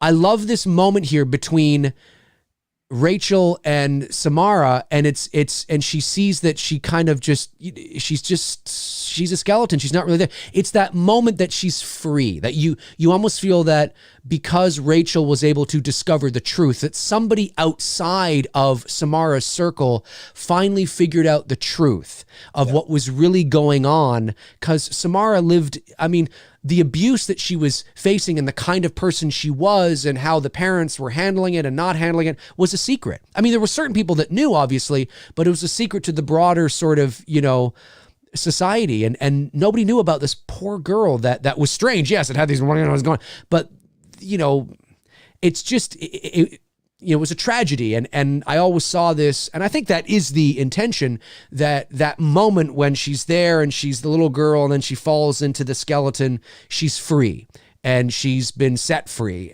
because it's no longer a secret, you know. And I thought that was it feels like this is a natural conclusion to this story. And I don't think it takes anything away from the awesome, eerie creepiness of the movie up to this point.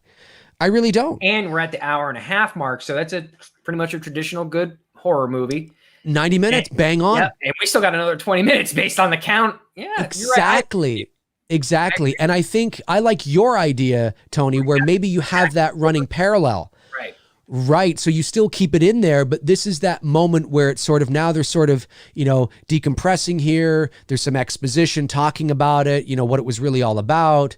And, you know, if you want to have, I don't know, something, you can, but I wouldn't. I would just have the moment where maybe they have, you know, this little bit of exposition here and they walk away into the ambulance or what have you. And then you just kind of pull back and maybe you show the well, you know, and it just kind of gets dark and cut to black. I do get the narrative of how they're presenting Samara as just pure evil. I mean, she's the definition of evil. She was the reason a lot of that shit was happening, and that's why her mom threw her down the well. For sure. So I do get that part of it, but I didn't realize it still runs for another 20 minutes. I thought like it was this, and then it like, you know, skips to the next day, and doesn't know. Yeah, that is why her mom killed her. That is true. That is true. 100%.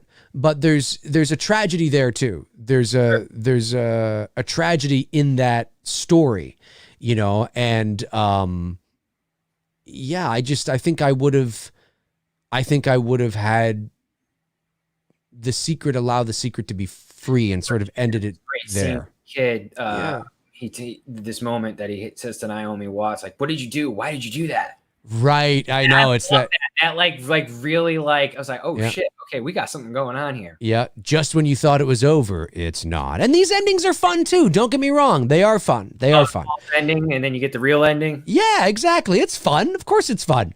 When done right, it is good. Yeah, but I totally would have been okay if it had ended there.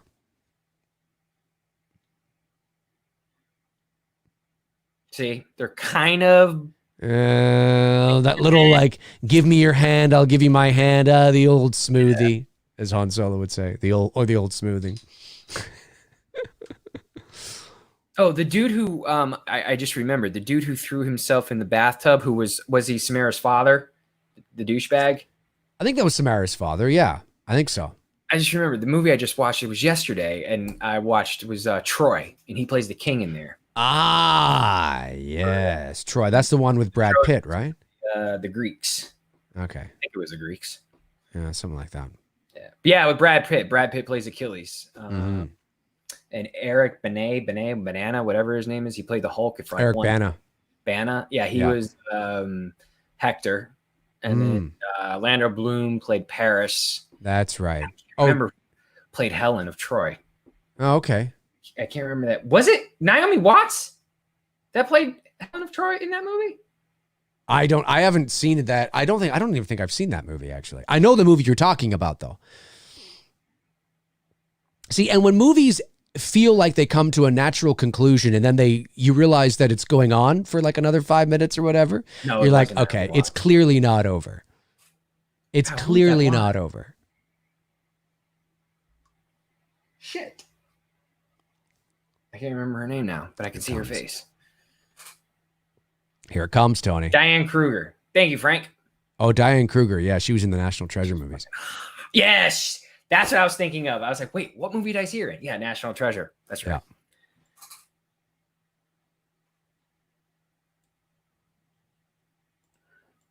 Here it comes.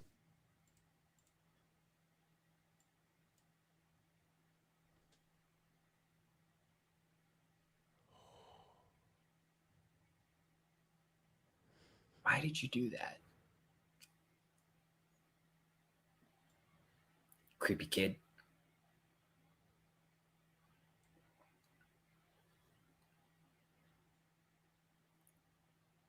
She's evil. You weren't supposed to help her.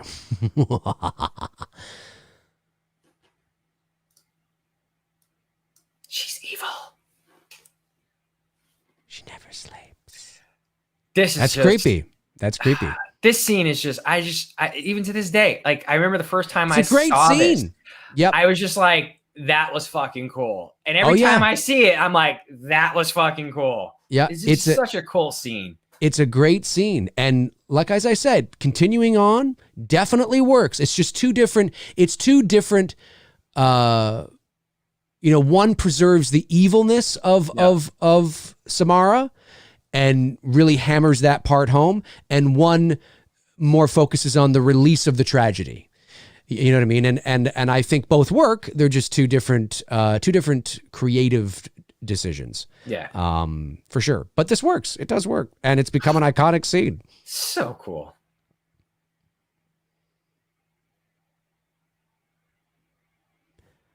$5 million days. Dude, if that happened to me, bro, I'd be like, wait, can I at least take pictures of this shit, post it to Instagram? If I'm going out. Yes. Well, yeah. So you just tell her, hang on a sec. Stop for just a second. Wait, hold on. I gotta kill me. I gotta upload it. Hey, yeah. That's it. If you're gonna kill me, just give me a second and just hang on. No, wait, stop.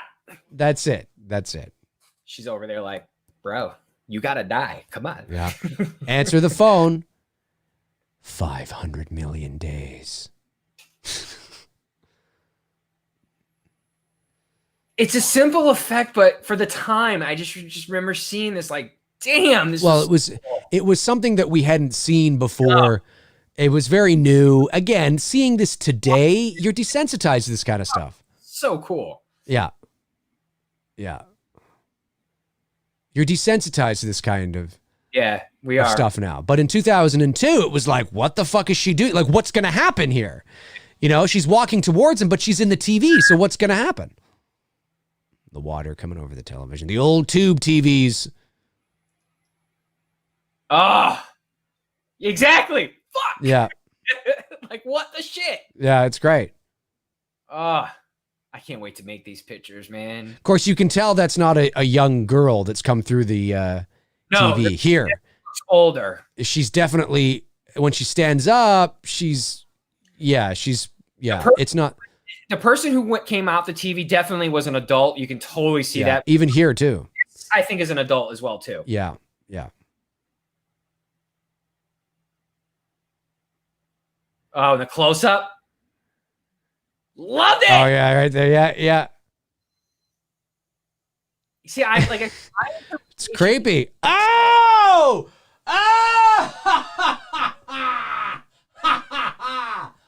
Oh! This is, and again, it's a nice full circle there too with what happened at the beginning of the movie. So,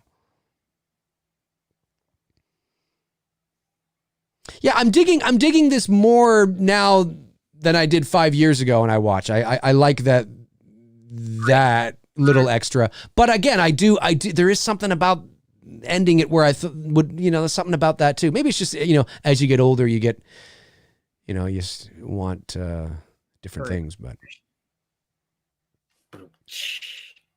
where's Noah? Where is he, little fuck? Todd Fair sends in another generous super chat. Thank you, Todd. You've been very generous tonight. Says, I do not know this for sure, but did David Gordon Green do the story boarding for the Busta Rhymes and Michael Myers fight sequences from Halloween Resurrection, or am I mistaken? Did David Gordon Green draw the storyboards for the Michael Myers Busta? I don't know. I don't think so, but I have no idea.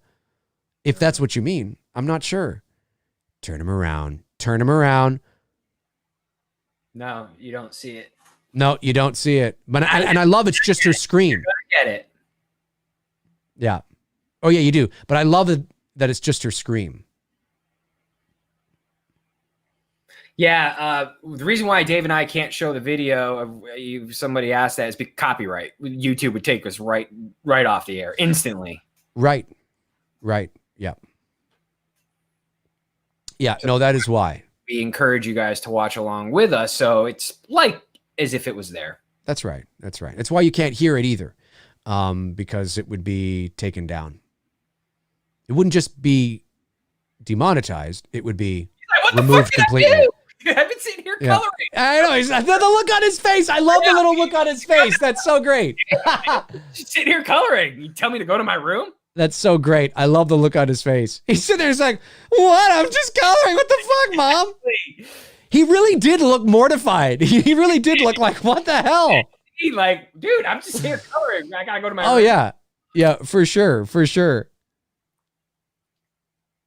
Wayne Godke sends in a super chat. Thanks, buddy. Says, how would Samara even climb out of today's TV mounted on the walls? She'd climb out and then she'd fall and hit the ground and be like, oh, fuck. Oh, shit. That's what Wayne's would do in Scary Movie, that's for sure. Right. Yeah. Yeah. Samara goes to put her foot down. She's like, clunk crash. You can hear who is the African American woman actress there who's in the Scary Movies. Not Anna, whatever her name. I know that she's Sydney. I don't know. Oh my God, I see her face. Oh, because I can picture her being in that scene and going, "Go watch that first step, girl," and then she fucking kicks her. Yeah, I think Brenda is her name. Brenda's her name.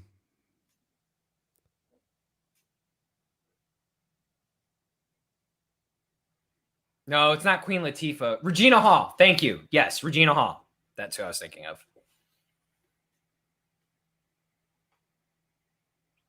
Her fight with the Samara in Scary Movie 3 is hilarious, though. It's like, Sydney, there's someone coming out the TV. Yeah. Sydney, this bitch is getting water all over the floor. Yeah. That scene is hilarious, man. Yeah, by continuing on, you really hammer home how evil Samara is.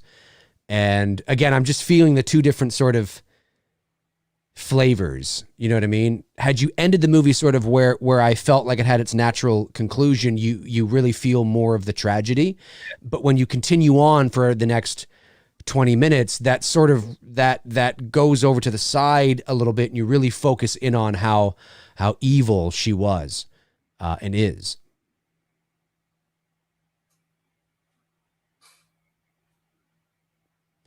They're gonna die, bitch.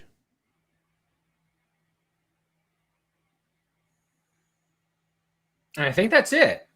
Yeah, it ends right there.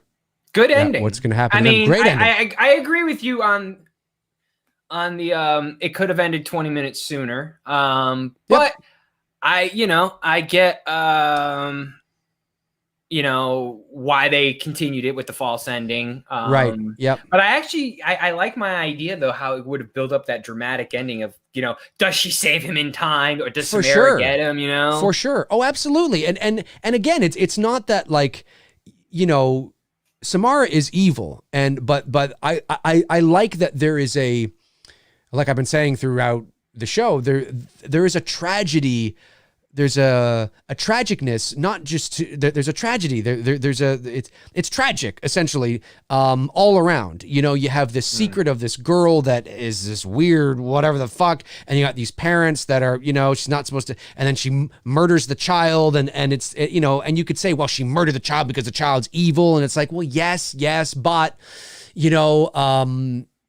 I don't know. There's a few different interpretations of what's going on, but it becomes very clear once you move on for the next 20 minutes. You really they really hammer home the evil. No, hang on a sec here. She was pure evil, and we had to do this. You had to kill her. You had to, and she's going to come back, and she's going to do all this. And they really hammer that home, which is great. It actually does work. Watching it now, I'm like, oh, it totally works. It's not that I didn't think it worked before, but I don't know. Maybe it depends on the mood I'm in. But that other sort of wrapping it up right there and almost setting Samara free almost feels, I don't know, it feels kind of cool too in some ways, and sort of setting the secret free, the tragedy free, and she no longer has to be in pain, whatever pain that was, whatever evil was consuming her is no longer there.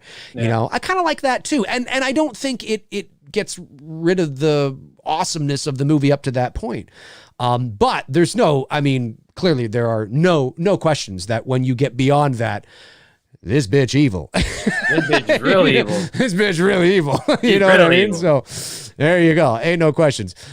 Sweet Tea. She ain't watching Sesame Street. I'll tell you that. She ain't watching Sesame Street. She's like us as kids watching horror films. There you go. Sweet Tea sends in a super chat. Thank you so much, Sweet Tea, and says, just for the channel, my friends, be safe too. Yes, you as well, Sweet Tea. You as well. Thank you so much for supporting the channel that way. Let's go to the chat room and answer a few questions for a little bit and see what is going on.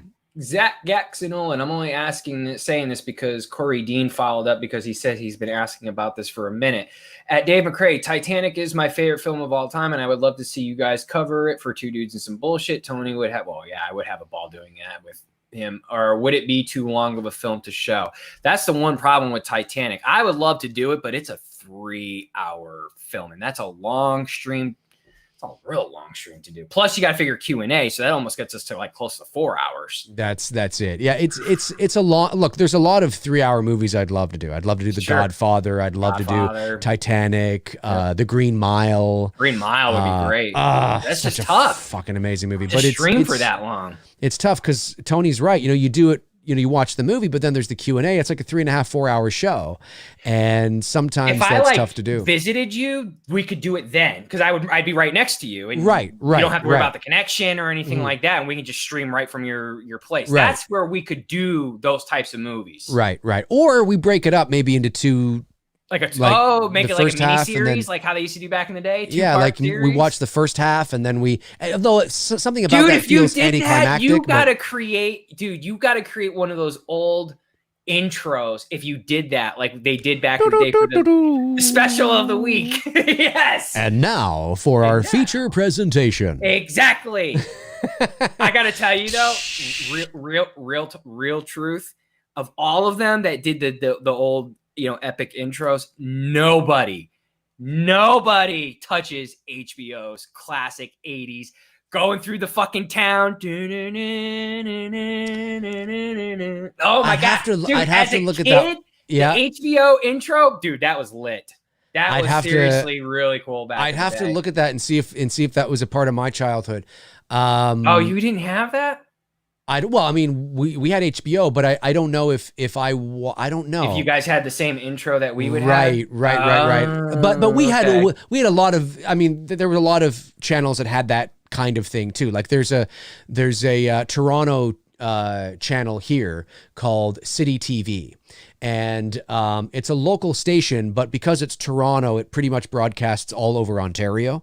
And so in the 80s, they used to have what was it, like just like a City TV movie of the week or movie night or something like that, whatever it was. And they had one of those old, you know, this is City TV, you know, and it's the same kind of thing, right? Like, you know what I mean? And tonight's Sunday night movie is, you know, or something like that. You know what I mean? Like, so it's the same kind of shit, you know, like I think everybody our age kind of had their own, you know, version of that kind of thing. Yeah, exactly. And, you know, when you watch it now, it's just like, oh man. Dr. Splinter, the HBO theme, the old 80s. That's your ringtone. That's super cool, dude. That's really cool. What is the? He just commented and said, Tony, that's my ringtone. Dr. Splinter, the HBO intro theme. Cool. Super chat from Frank Riker says, D&T. I knew I was going to get a Blum update from Frank. I was helping Blum. That's right. I was helping Blum with his ant farm, and he told me how ends end. So Michael is captured and sent to Haddonfield Memorial Hospital. There, he meets a drunk Dr. Mixter who neuters him and is left a shell of a man and walks with a limp. That is exactly how I was hoping Halloween Ends would end. That's what I wanted to, I wanted to end. That's right. Exactly. Frank, we always can count on you with these Blum updates. Unbelievable. Wayne Gotke sends in a super chat. Thanks, Wayne. Says Titanic could have had a sequel if Rose had just scooted over a bit and let Jack on the fucking door at the end. The door debate continues on. The big door debate, ladies and germs. Yep. Let me see here. I love James Cameron's response to that. So why didn't it? Because Jack was supposed to die. Leo, you're dying today. All right. And I've always thought that maybe it just wouldn't have floated. I don't know. Like maybe him getting on it, maybe it would have started. Maybe, I don't know. In the perfect scenario, you want Jack and Rose together, but really, I mean, dude, you don't understand. Okay. Like I went to this with like 10 girls and 2 buddies of mine. Literally, it was just me and 2 other dudes. And we were just like, and these girls were bawling. You would have thought we were at a funeral. Like how many people were crying in the theater when he fucking goes. Like I never experienced anything. And I'm looking at my boys like, what the fuck? Like I like the movie. Oh yeah. I mean, I wasn't like, but people were just so caught up in that, you know, hype. And I don't know if we'll ever see anything like that again with that type of just the pop culture status that movie reached. With the song, you know, that Celine did, and just the merchandising. I remember just the stores were just inundated with just Titanic shit everywhere. Oh, yeah. I mean, I know we get it now with the superhero movies, but I'm so, you know, like desensitized because you just see it like every other week, whether it's Star Wars, fucking, you know, Marvel shit. Yeah. I don't know if we'll ever get anything like Titanic again. Do you think we'll get something like that? That type of, you know, movie? Yeah, well, what it did in pop culture. It's all relative to its time, right? You know, I mean,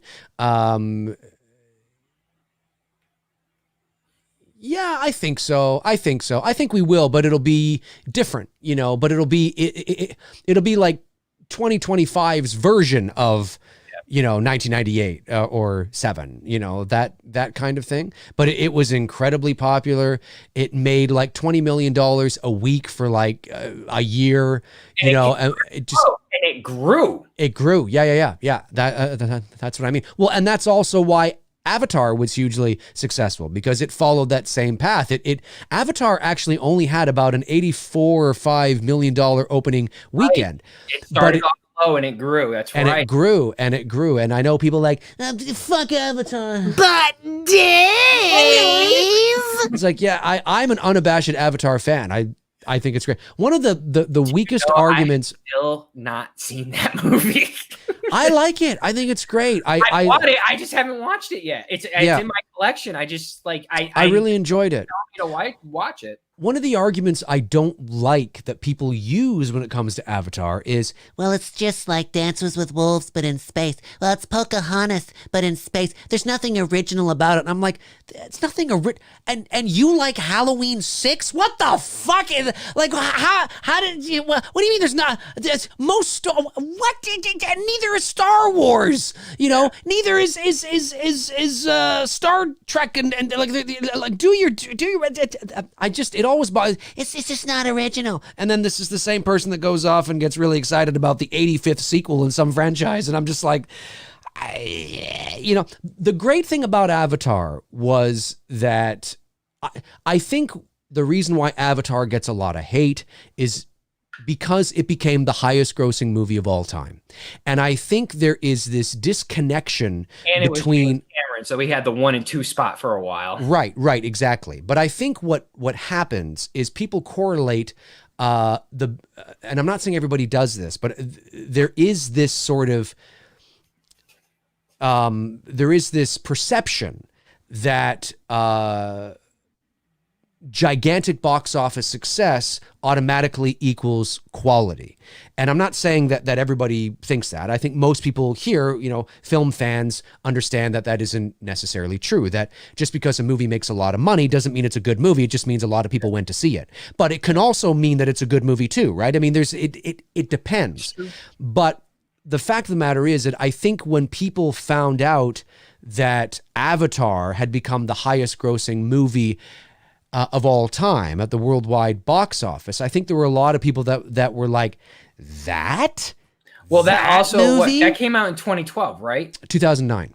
Oh, okay. So yeah, and we were at the beginning of the turn of people were, you were getting offended. People were, like, oh my God, why is this movie? Like you were seeing a lot more of that push of the negativity on social media.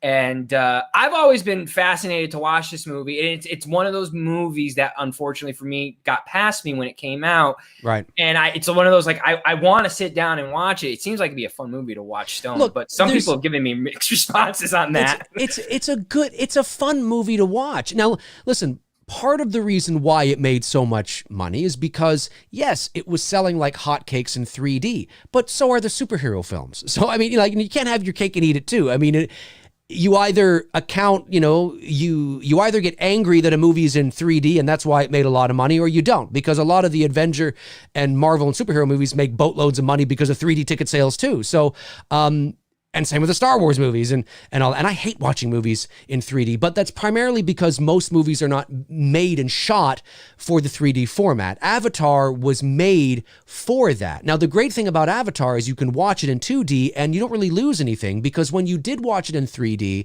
it was subtle. It wasn't, this kind of thing like Friday the 13th Part 3. It's like, here, you want some water? Here you go, Bill. I mean, it wasn't like that. It was just to complement the world. It was to complement Pandora and the world and everything that was there. It was this whole universe that he had created. And by any measure, if I had made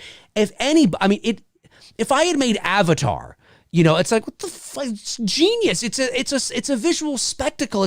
But the story is not. Yeah, but so what? So what? It's a beautiful.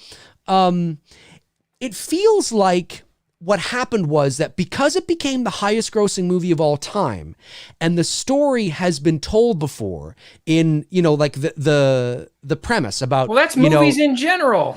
But exactly. But shit. What I'm saying is that because there's this fight that in somebody's mind that they feel that for a okay, let me try this again. I think what it is that when people find out that it's the highest grossing movie of all time, they feel, well, how can that be? Because it wasn't an original story per se. It's a story that we've seen before, whether it's Pocahontas, Dances with Wolves, but it's being told in a new way. And I think there's this correlation that in order for something to be the highest grossing movie of all time, it somehow has to be something original or something we've never seen before. And it's like, yeah, we had never seen that before. It was an incredible visual spectacle. And Titanic, became the highest grossing movie of all time, and we knew the ship was going to sink at the end of the movie. Nobody bitched and complained about that, but I think there's just this, I think it was I don't know. It's well, like Frank Riker said it best. Avatar was word of mouth, while Titanic was a historical event, and I agree with that.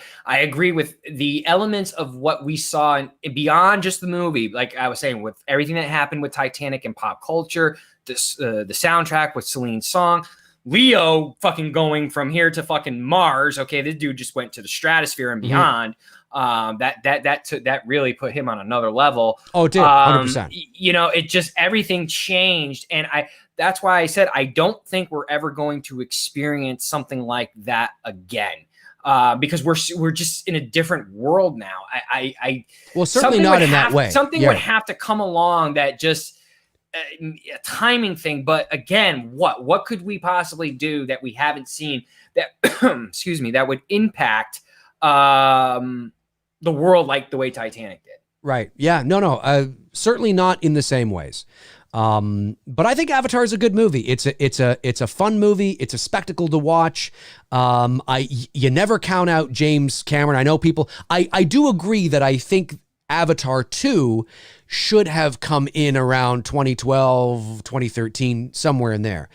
And I know a lot of people, if this shit's going to get affected with his sequels. Well, no, because he's shooting in New Zealand, and New Zealand has got this thing under control, and he's already started up production again. And Avatar 2 is essentially in the bag. Now, what's going to happen with Avatar 3, 4, and 5? Because he's got this whole thing that's planned out. I don't know. But the fact of the matter is that you never count out James Cameron. No. And people do it all the time, and you Terminator 2, Aliens, Titanic, Avatar, come True on. Lies, True Lies, The Abyss. No, never count Cameron out. You don't count him out. And the crazy thing is too, is that the technology that he used to create Avatar didn't exist before he made Avatar. And the technology he's using with this underwater cameras and all the kind of shit that he's doing now on Avatar 2, he's created for this, which will no doubt, once 2 comes out, will become part of the industry. Everybody will be using this technology. He's an innovator. He's I'm curious to see what he does. I'm very curious. I know people like Avatar. It's cool to hate on Avatar. It's cool to hate on Avatar. But it's like, you can go hate on Avatar all you want. James Cameron's gonna walk away to the bank with money. You should say it's cool to hate on Avatar, but not on me in Trump's voice. All right, that's what I'm gonna do, Tony. It's cool to hate on Avatar, but not me. Okay, it's cool. It's what it is. It's just tremendous. Hate on Avatar, but not me. I am the best. I am tremendous. I love Avatar. I love those blue people. I love them. They're great. I love them. It sounded like Walken. Oh my God. It sounded like Walken came in there. That was amazing. Could you imagine if he actually tweeted out, I love Avatar. I love those blue people. The amount of people that would get offended by that. I love Avatar. Oh my God. The backlash. CNN would be like, Trump hates on blue people. I love Avatar. I love those blue people. They're great. They're tremendous. I love them. They're tall and sexy. I love the natives, the blue people. Donald, shut up. I'm not going to shut up. They're tremendous. They're tall. Well, he's playing that I'm Blue song in the background. I'm blue. And he starts doing a Trump dance while his hair is waving. I love them. Mike, you love them, don't you, Mike? You love the blue people, right? You love them. Yes. Mike loves them as well. Mike, get up here, Mike. Let's talk about the blue people. Mike Pence gets up there. Okay, I'll get up there. That's right. Trump, is behind him like this. I love those blue people. I love them. I love everybody. The blue people. I want them to vote for me. Tremendous. Man. All right, back to the questions. Yeah, back to the questions. Sorry, guys. We got a little derailed there for a moment. Gary Rangel says, a super chat come in. Oh, did I have a super chat come in? Gary, I'll get back to, hang on. You know what? Let me get to Gary first before I miss a Gary, because it's not a super chat. Gary Rangel says, even though Cameron returned as a producer for the Terminator franchise, that franchise is still in decline. Oh, absolutely. But Cameron's name is what makes the film lots of profits, but it didn't with Dark Fate. Why is that? I don't think it's Cameron's name that makes the film lots of profit. I think the brand name Terminator, I think usually will get a certain amount of people into the theater. But let's be honest, Terminator Dark Fate didn't do very well. Terminator Genesis didn't do very well. And then the movie before that was Terminator Salvation, which, didn't do all that great. So there really hasn't been. Let's be honest. The only two Terminator films that did good were the two that he did. 1 and 2. Right. And I actually I don't like it per se, but I think it's weaker, in comparison to 1 and 2. But, Terminator 3 is probably the best sequel. It's okay. 3 is okay. I will admit that. Yeah. I got to admit, I like it better than Salvation. I like it better than Genesis. And, Dark Fate was fun, and certainly it was well put together, and the nostalgia was strong with this one.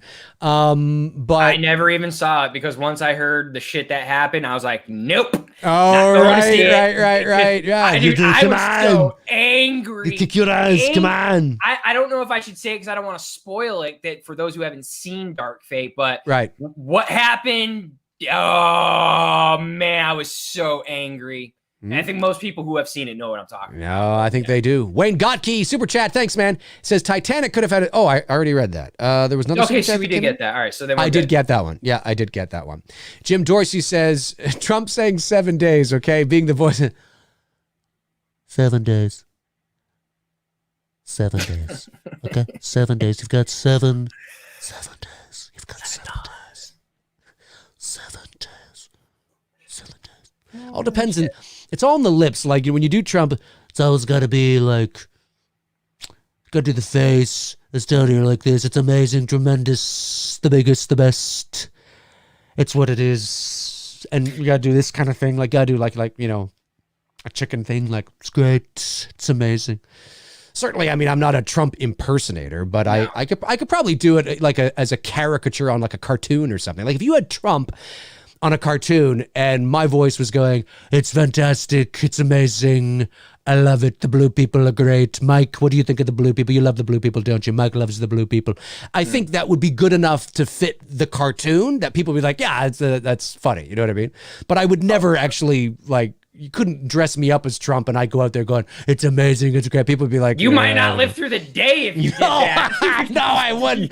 I tell you though, there are some people, some Trump impersonators that are brilliant. Like they love him, they're great. I'm telling you right now.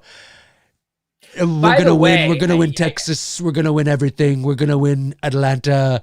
I'm gonna get in touch with Tony. I'm gonna get in touch with him, and he's gonna come over, and it's gonna be great. He could lose and be like, I still won anyways. I still won. It's rigged. I'm telling you, it's rigged. Mike knows it's rigged. Mike is rigged. Oh, man. Mike, I like your wife. Mike, I think it's.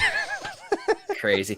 I just want to cover my ass on something though, just so that no one thinks I was hating on Dark Fate because of the woman. I know what the main plot of the movie is, but when I found out about what happened at the beginning of the film, it really fucking pissed me off, man. Because you got to you got to understand something. The kid in me, when I saw T2 in theaters and fucking Arnold's giving that thumbs up going into the fucking pit. Like, you don't understand, man. That scene punched you in the fucking stomach back in the day. And it totally undermined that whole fucking moment. Undermined it because it's his. Yeah, because I saw the scene on YouTube, the beginning of Dark Fate, and I just was like, it angered me, dude. It totally fucking. And that's the reason why I didn't go see the film. It angered the shit out of me. That's all right. Yeah.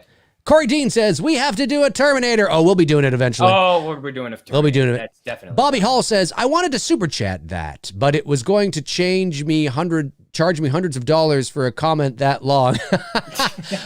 That's funny. That's funny.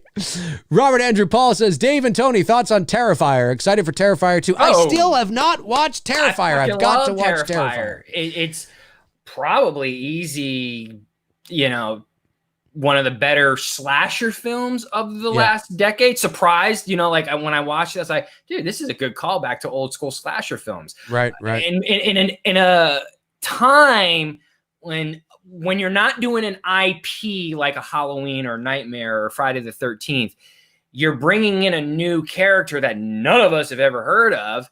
And it paid off. And I'm telling you, dude, you got to watch it, bro. I do have to watch it. Good. Yep, absolutely. Edwin A. Sordo says, hey, Dave, can It's Me, Billy raise too much money, like $100,000? The answer to that is, it depends. Yes, because obviously we don't own the Black Christmas IP. If we were to raise let's say $250,000, something. I mean, that's something that studios are usually turn an eye if you're raising below 100 G's. It's a short film, so not to be confused with a feature, length film. They tend to be okay with it. I find that studios, and again, it depends on who owns the IP, and it's not an exact science here. But I find that I think what's happening with the higher caliber fan films now, the professional films, for all intents and purposes, is I think they're starting to see the value in them. Because as long as they're not, commercialized and, it's not being sold and, you don't make any long-term profits, you don't monetize it and all that kind of jazz, studios, I think, see the value in the fact that it keeps their most beloved properties in the pop culture when nothing else is going on. And so there is some value in that. I think fan films are going to become the new wave of the future. There is some value in that. And I can tell you right now, what Vince has done with Never Hike in the Snow will blow your fucking mind. The production value and the attention to detail is second to none. I mean, it's going to look like, imagine Never Hike in the Snow. Oh, sorry, Never Hike Alone. More. Now, not in terms of length or intensity. I do believe it's going to be a shorter film than Never Hike Alone. But the attention to detail and the production value is just fantastic. And that's what we want to do with It's Me, Billy. And so, I think we'd probably be okay if we hit $100,000. I don't think we're going to raise $100,000. I'd be blown away if we raised that much money. And very thankful, by the way. I bet you would if you did a Halloween fan film. Probably. I think you would hit that mark very easily. You never know. If we do have a stretch goal, so our goal with It's Me, Billy, and you'll see it on the campaign this Saturday, and this might be give or take $1 or $2, because we still have to finalize it. But like I said, we're looking to raise about $60,000 Canadian, which is about $40,000 to $43,000 US, I think, somewhere in there, but we have a stretch goal, and a stretch goal is, you'll see it on there, is, and some projects have a bunch of them, but we only have one. And that is essentially, okay, well, we need this much money to make It's Me, Billy. But if we were to raise this much, it will allow us to have extra shooting days, deeper post-production, maybe a special casting, things like that. So, if we were to raise, say, $75,000, that would allow us to maybe shoot for an extra day or two, which any filmmaker will tell you, if you have an extra couple of days to shoot, or if you have that option, that is huge, because there's no doubt things are going to happen, and, where you might need to take advantage of that. So definitely there is a stretch goal there as well. And, but yeah, no, I mean, to answer your question, I mean, you don't want to raise too much, because then it becomes sort of, people start to take notice.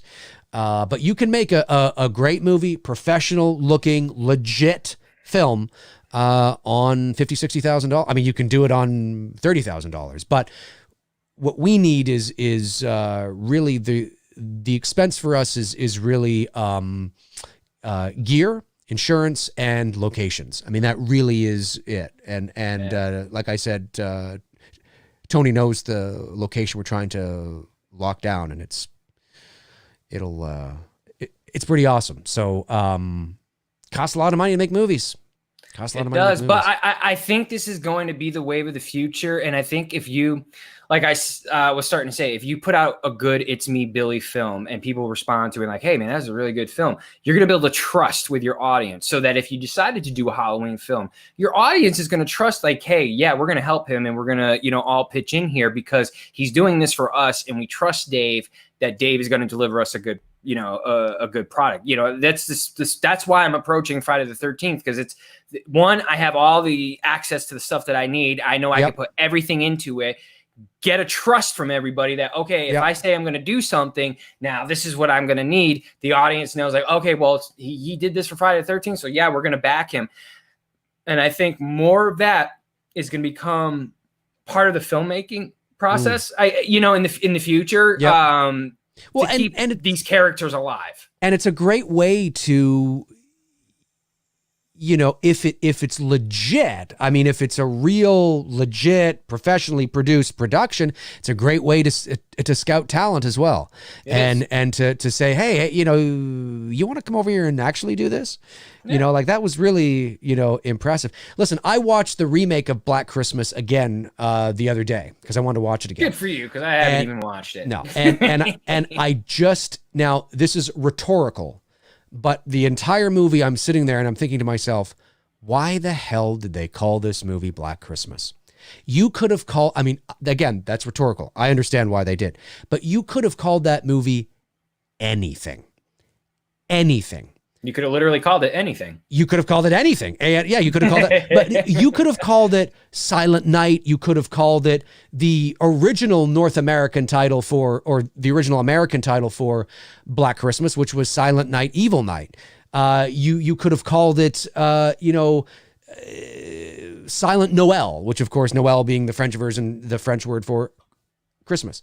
You could have called it anything. There's nothing in that movie other than Christmas and a sorority house that has anything from the original film. So it's same in name only. So the name, you don't even need that. It's clearly trying to ride on the coattails of its brand.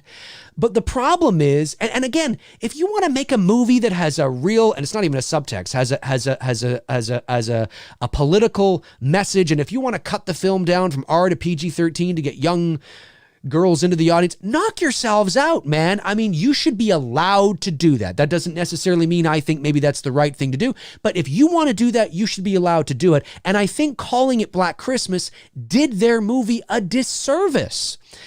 I think they could have called it Ho, Ho, Ho. You could have done that. Yeah, you could have done that. But you had the Godfather wrestler, WWE guy walking. Right. Ho Train. That's it.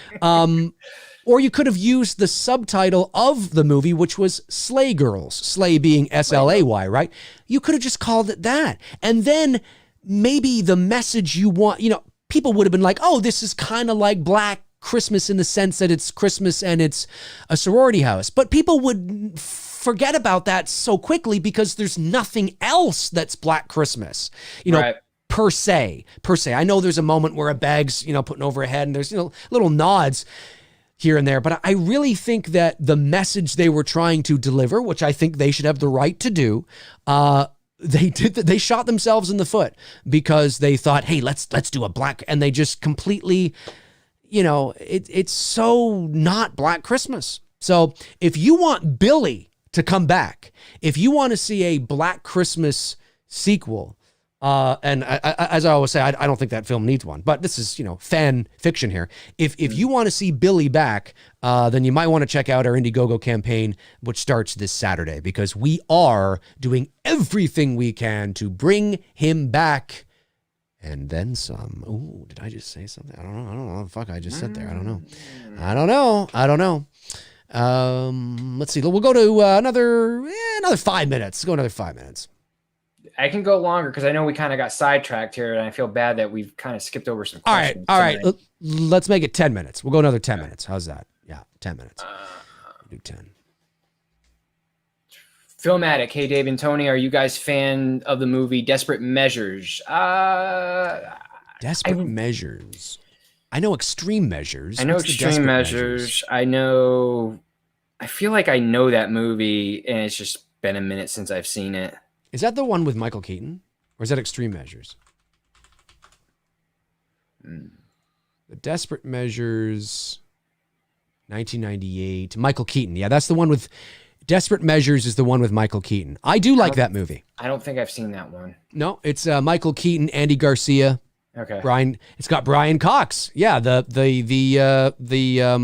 guy father in The Ring. That's right. Yeah. Or maybe I have seen it and I just haven't seen it in a while. I don't know. I saw it in the theater actually. In 98 when it came out. I'd have to watch the trailer when I get off here and see. Yeah. Extreme Measures. What was that movie? That's 1996. And that is... I will say, and we'll get to your guys' questions here in a minute. I will say, after binge watching like all those 90s action films this weekend, like Twister, Speed, The Rock, Con Air, Independence Day, fucking all those films. I know they're not believable movies like Armageddon and the fucking destroying asteroid, Deep Impact. That's what I was trying to think of. The other one there too. Right. I get it, but there is a charm to those movies that we got to experience in those summer blockbusters in the 90s. Like, look, I get it. We're in the comic book era. I'm not saying there's anything wrong with that. You've got to change. But with those movies that, yes, it was fake, but that was the point of movies, man. It was the point of going in to suspend your disbelief for 2 hours and pretend that you're in this world that, even though it's not real, it was entertaining. Yep. And I miss that. I did see a preview here. I mean, God bless the dude. Gerard Butler, the movie called Greenland. It's like it looks really interesting. It does. Like I saw that. I'm like, dude, that's like some 90s shit, man. Like, it's like some Deep Impact shit or something. Right? It took me back for a moment. I'm like, man, I haven't seen a movie like this in forever. Yeah, and it looks really cool. It does. Like, I mean, it's not like, it's not going to be, but I would like to see Hollywood get back into doing, I'm not saying stop the comics, but maybe bring some of those types of original action, creative, fun stories back, Yeah. Is that movie Greenland or Greenland or whatever? Was that intended to go to theaters or is that going to VOD? I think it's going to VOD. I don't know, but I'm going to get it. I mean, it just looks like it looks cool. I'm going to, watch. And I just, like I said, I really wish Hollywood would get back to making those types of blockbuster summer films. I'm not saying you got to do 3 or 4 a year, but one. I mean, shit. Yeah, it'd be cool. One. We can't come up with one. Yeah, the superhero films have really taken over that, and it's just so saturated. Yeah, no, I agree. I agree. It'd be cool to see that. Frank Riker, super chat. Dave, I got my fishnets and heels ready while practiced my street walk to get Billy money. Cars just kept passing me by. That's so great. That's Franklin, Julia Roberts. You couldn't find your Richard Gere, is what you're saying. Listen, man, Frank is amazing. Frank's hooking to bring Billy back. That's commitment, man. That is commitment. Let me tell you, that is commitment. Let's see here. Fuck Dave and Tony. Why Block can't take a joke acting like kids? I know, fuck Dave and Tony. I fucking can't stand Dave and Tony. Tony, you can't stand Tony, can you? I can't fucking... Dude, I can't stand the prick. Dave pisses me. Dave is such a fucking loser. I can't fucking stand him. I can't stand him. Oh, I hate those guys. I never tune into their shit. I never tune into their shit. I never give them an ounce of my energy. But never. Are you kidding me? Typing away. Oh, I'm always totally off that fucking shit. Never. They're just fucking pieces of crap. Can't stand those guys. Aaron Click says, I have a love-hate relationship with 90s action movies. I think most 80s movies have actually aged better than a lot of 90s movies. I actually agree with that. I agree with that. I think What, there are 80s movies have aged better than 90s movies. Yes, and not all, but there's some 80s films that I think have aged better than some 90s films, I think. I agree. My buddy Devin, who's a movie buff too, we were texting each other what movies we were watching over the weekend. And I said to him, the 80s just owned almost every genre, from whether it was rom-com to action to drama to horror. Yep. You name it, the coming of age. 80s just fucking killed it. The 90s, you had a lot of great action movies. A lot. Yeah. Horror got a little weak. Drama, there's some good dramas here and there. The rom-com thing came towards like the later part, like 10 Things I Hate About You and all that stuff. Yes.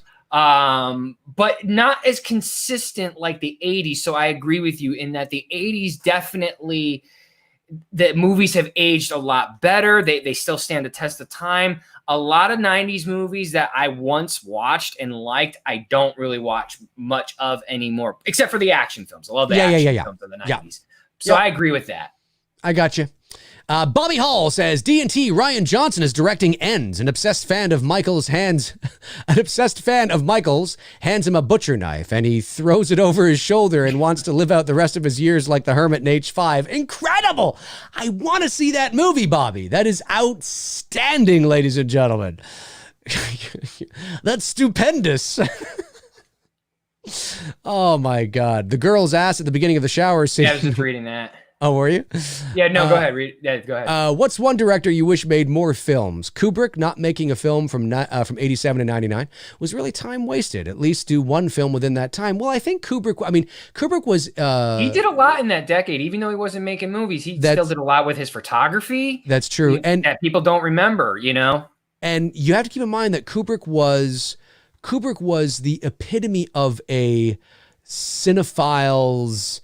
I mean, he was extremely picky, and was not easy to get along with. Nope.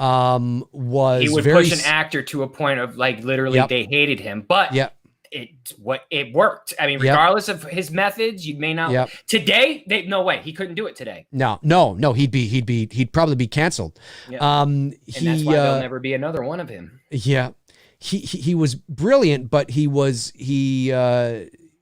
very picky with the material that he chose to make into films.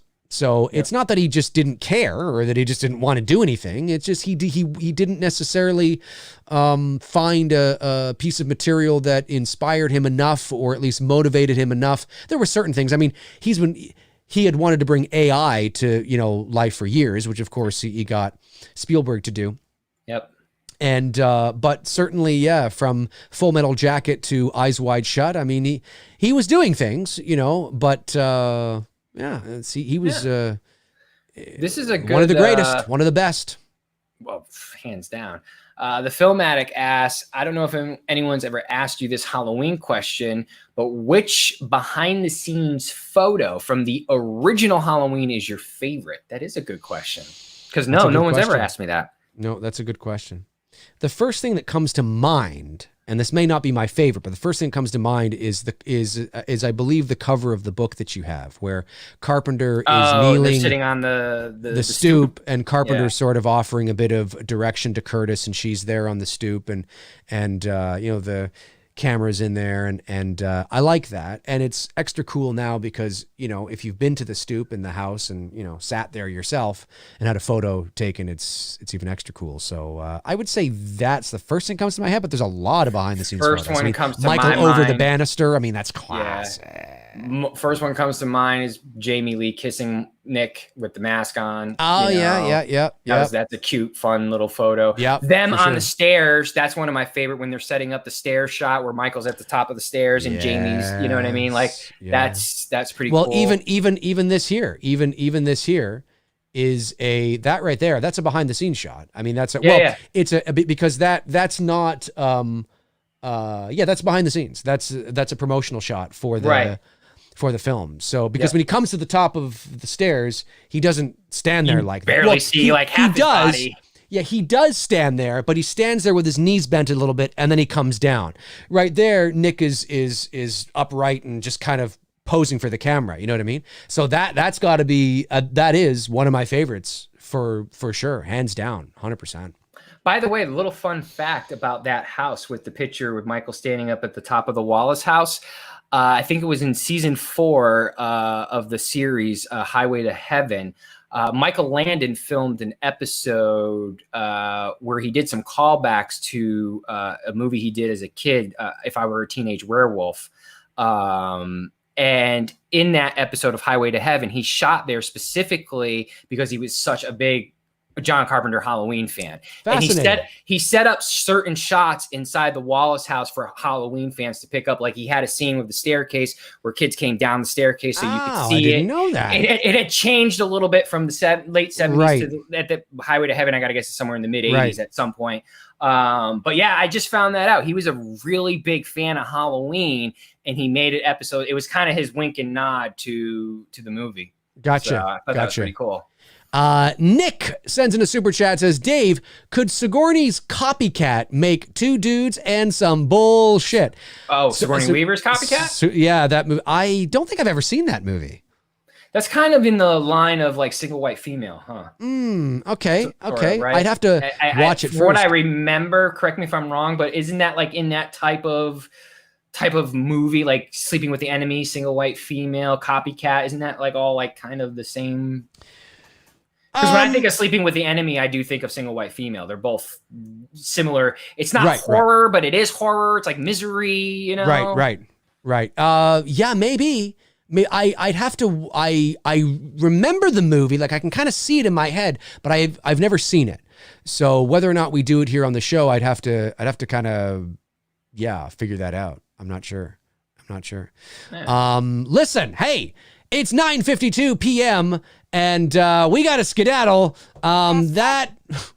Fuck you, man. Come on. No, it's okay. Don't worry. We'll be back. We'll be back next week, man. We'll be back next week. Oh, yeah. Listen, we got the big one next week. We got a big one next week. That's not a surprise. But... No. It's the 4th of July this weekend. Tony and I... You know what's coming. You know what's coming. Next Monday night at 7 o'clock p.m. Eastern Standard Time. Sure, it's a couple of days after the fact, but Tony and I are doing Jaws from 1975. Here it is, man. Oh, you couldn't even sing that anymore. Show me the way to go home. I'm tired and I want to go to bed. I had a little drink about an hour ago and I got right. We're doing it next Monday night at 7 o'clock p.m. Thank you to all the moderators, of course, Frank Riker, Tabitha Short, Jason Sands, and Jason Nike. And thank you to everybody who contributed via Super Chats. Yeah, good show, good stream. Goes right back into the show and the channel. Absolutely. Really appreciate it. Thank you to the non-Super Chats. And we will definitely get to your questions again next week as well. Don't forget to tune in next week, folks. Jaws. Tony, are you excited about this one? Oh, I'm stoked. We've been waiting for this one for months now. 45 years, you know. I know. Yeah, this is going to be great. This is going to be great. This is going to be awesome. Good old Bruce the Shark. I will say this, though. Yes. Chrissy's death at the beginning of Jaws, she sold that. She sold iconic. It never gets talked about, and it's definitely one of the best death scenes in a movie. 100%. Could not agree with you more. Hey, I'll be back tomorrow morning at 11 a.m. Eastern Standard Time for McRae Live.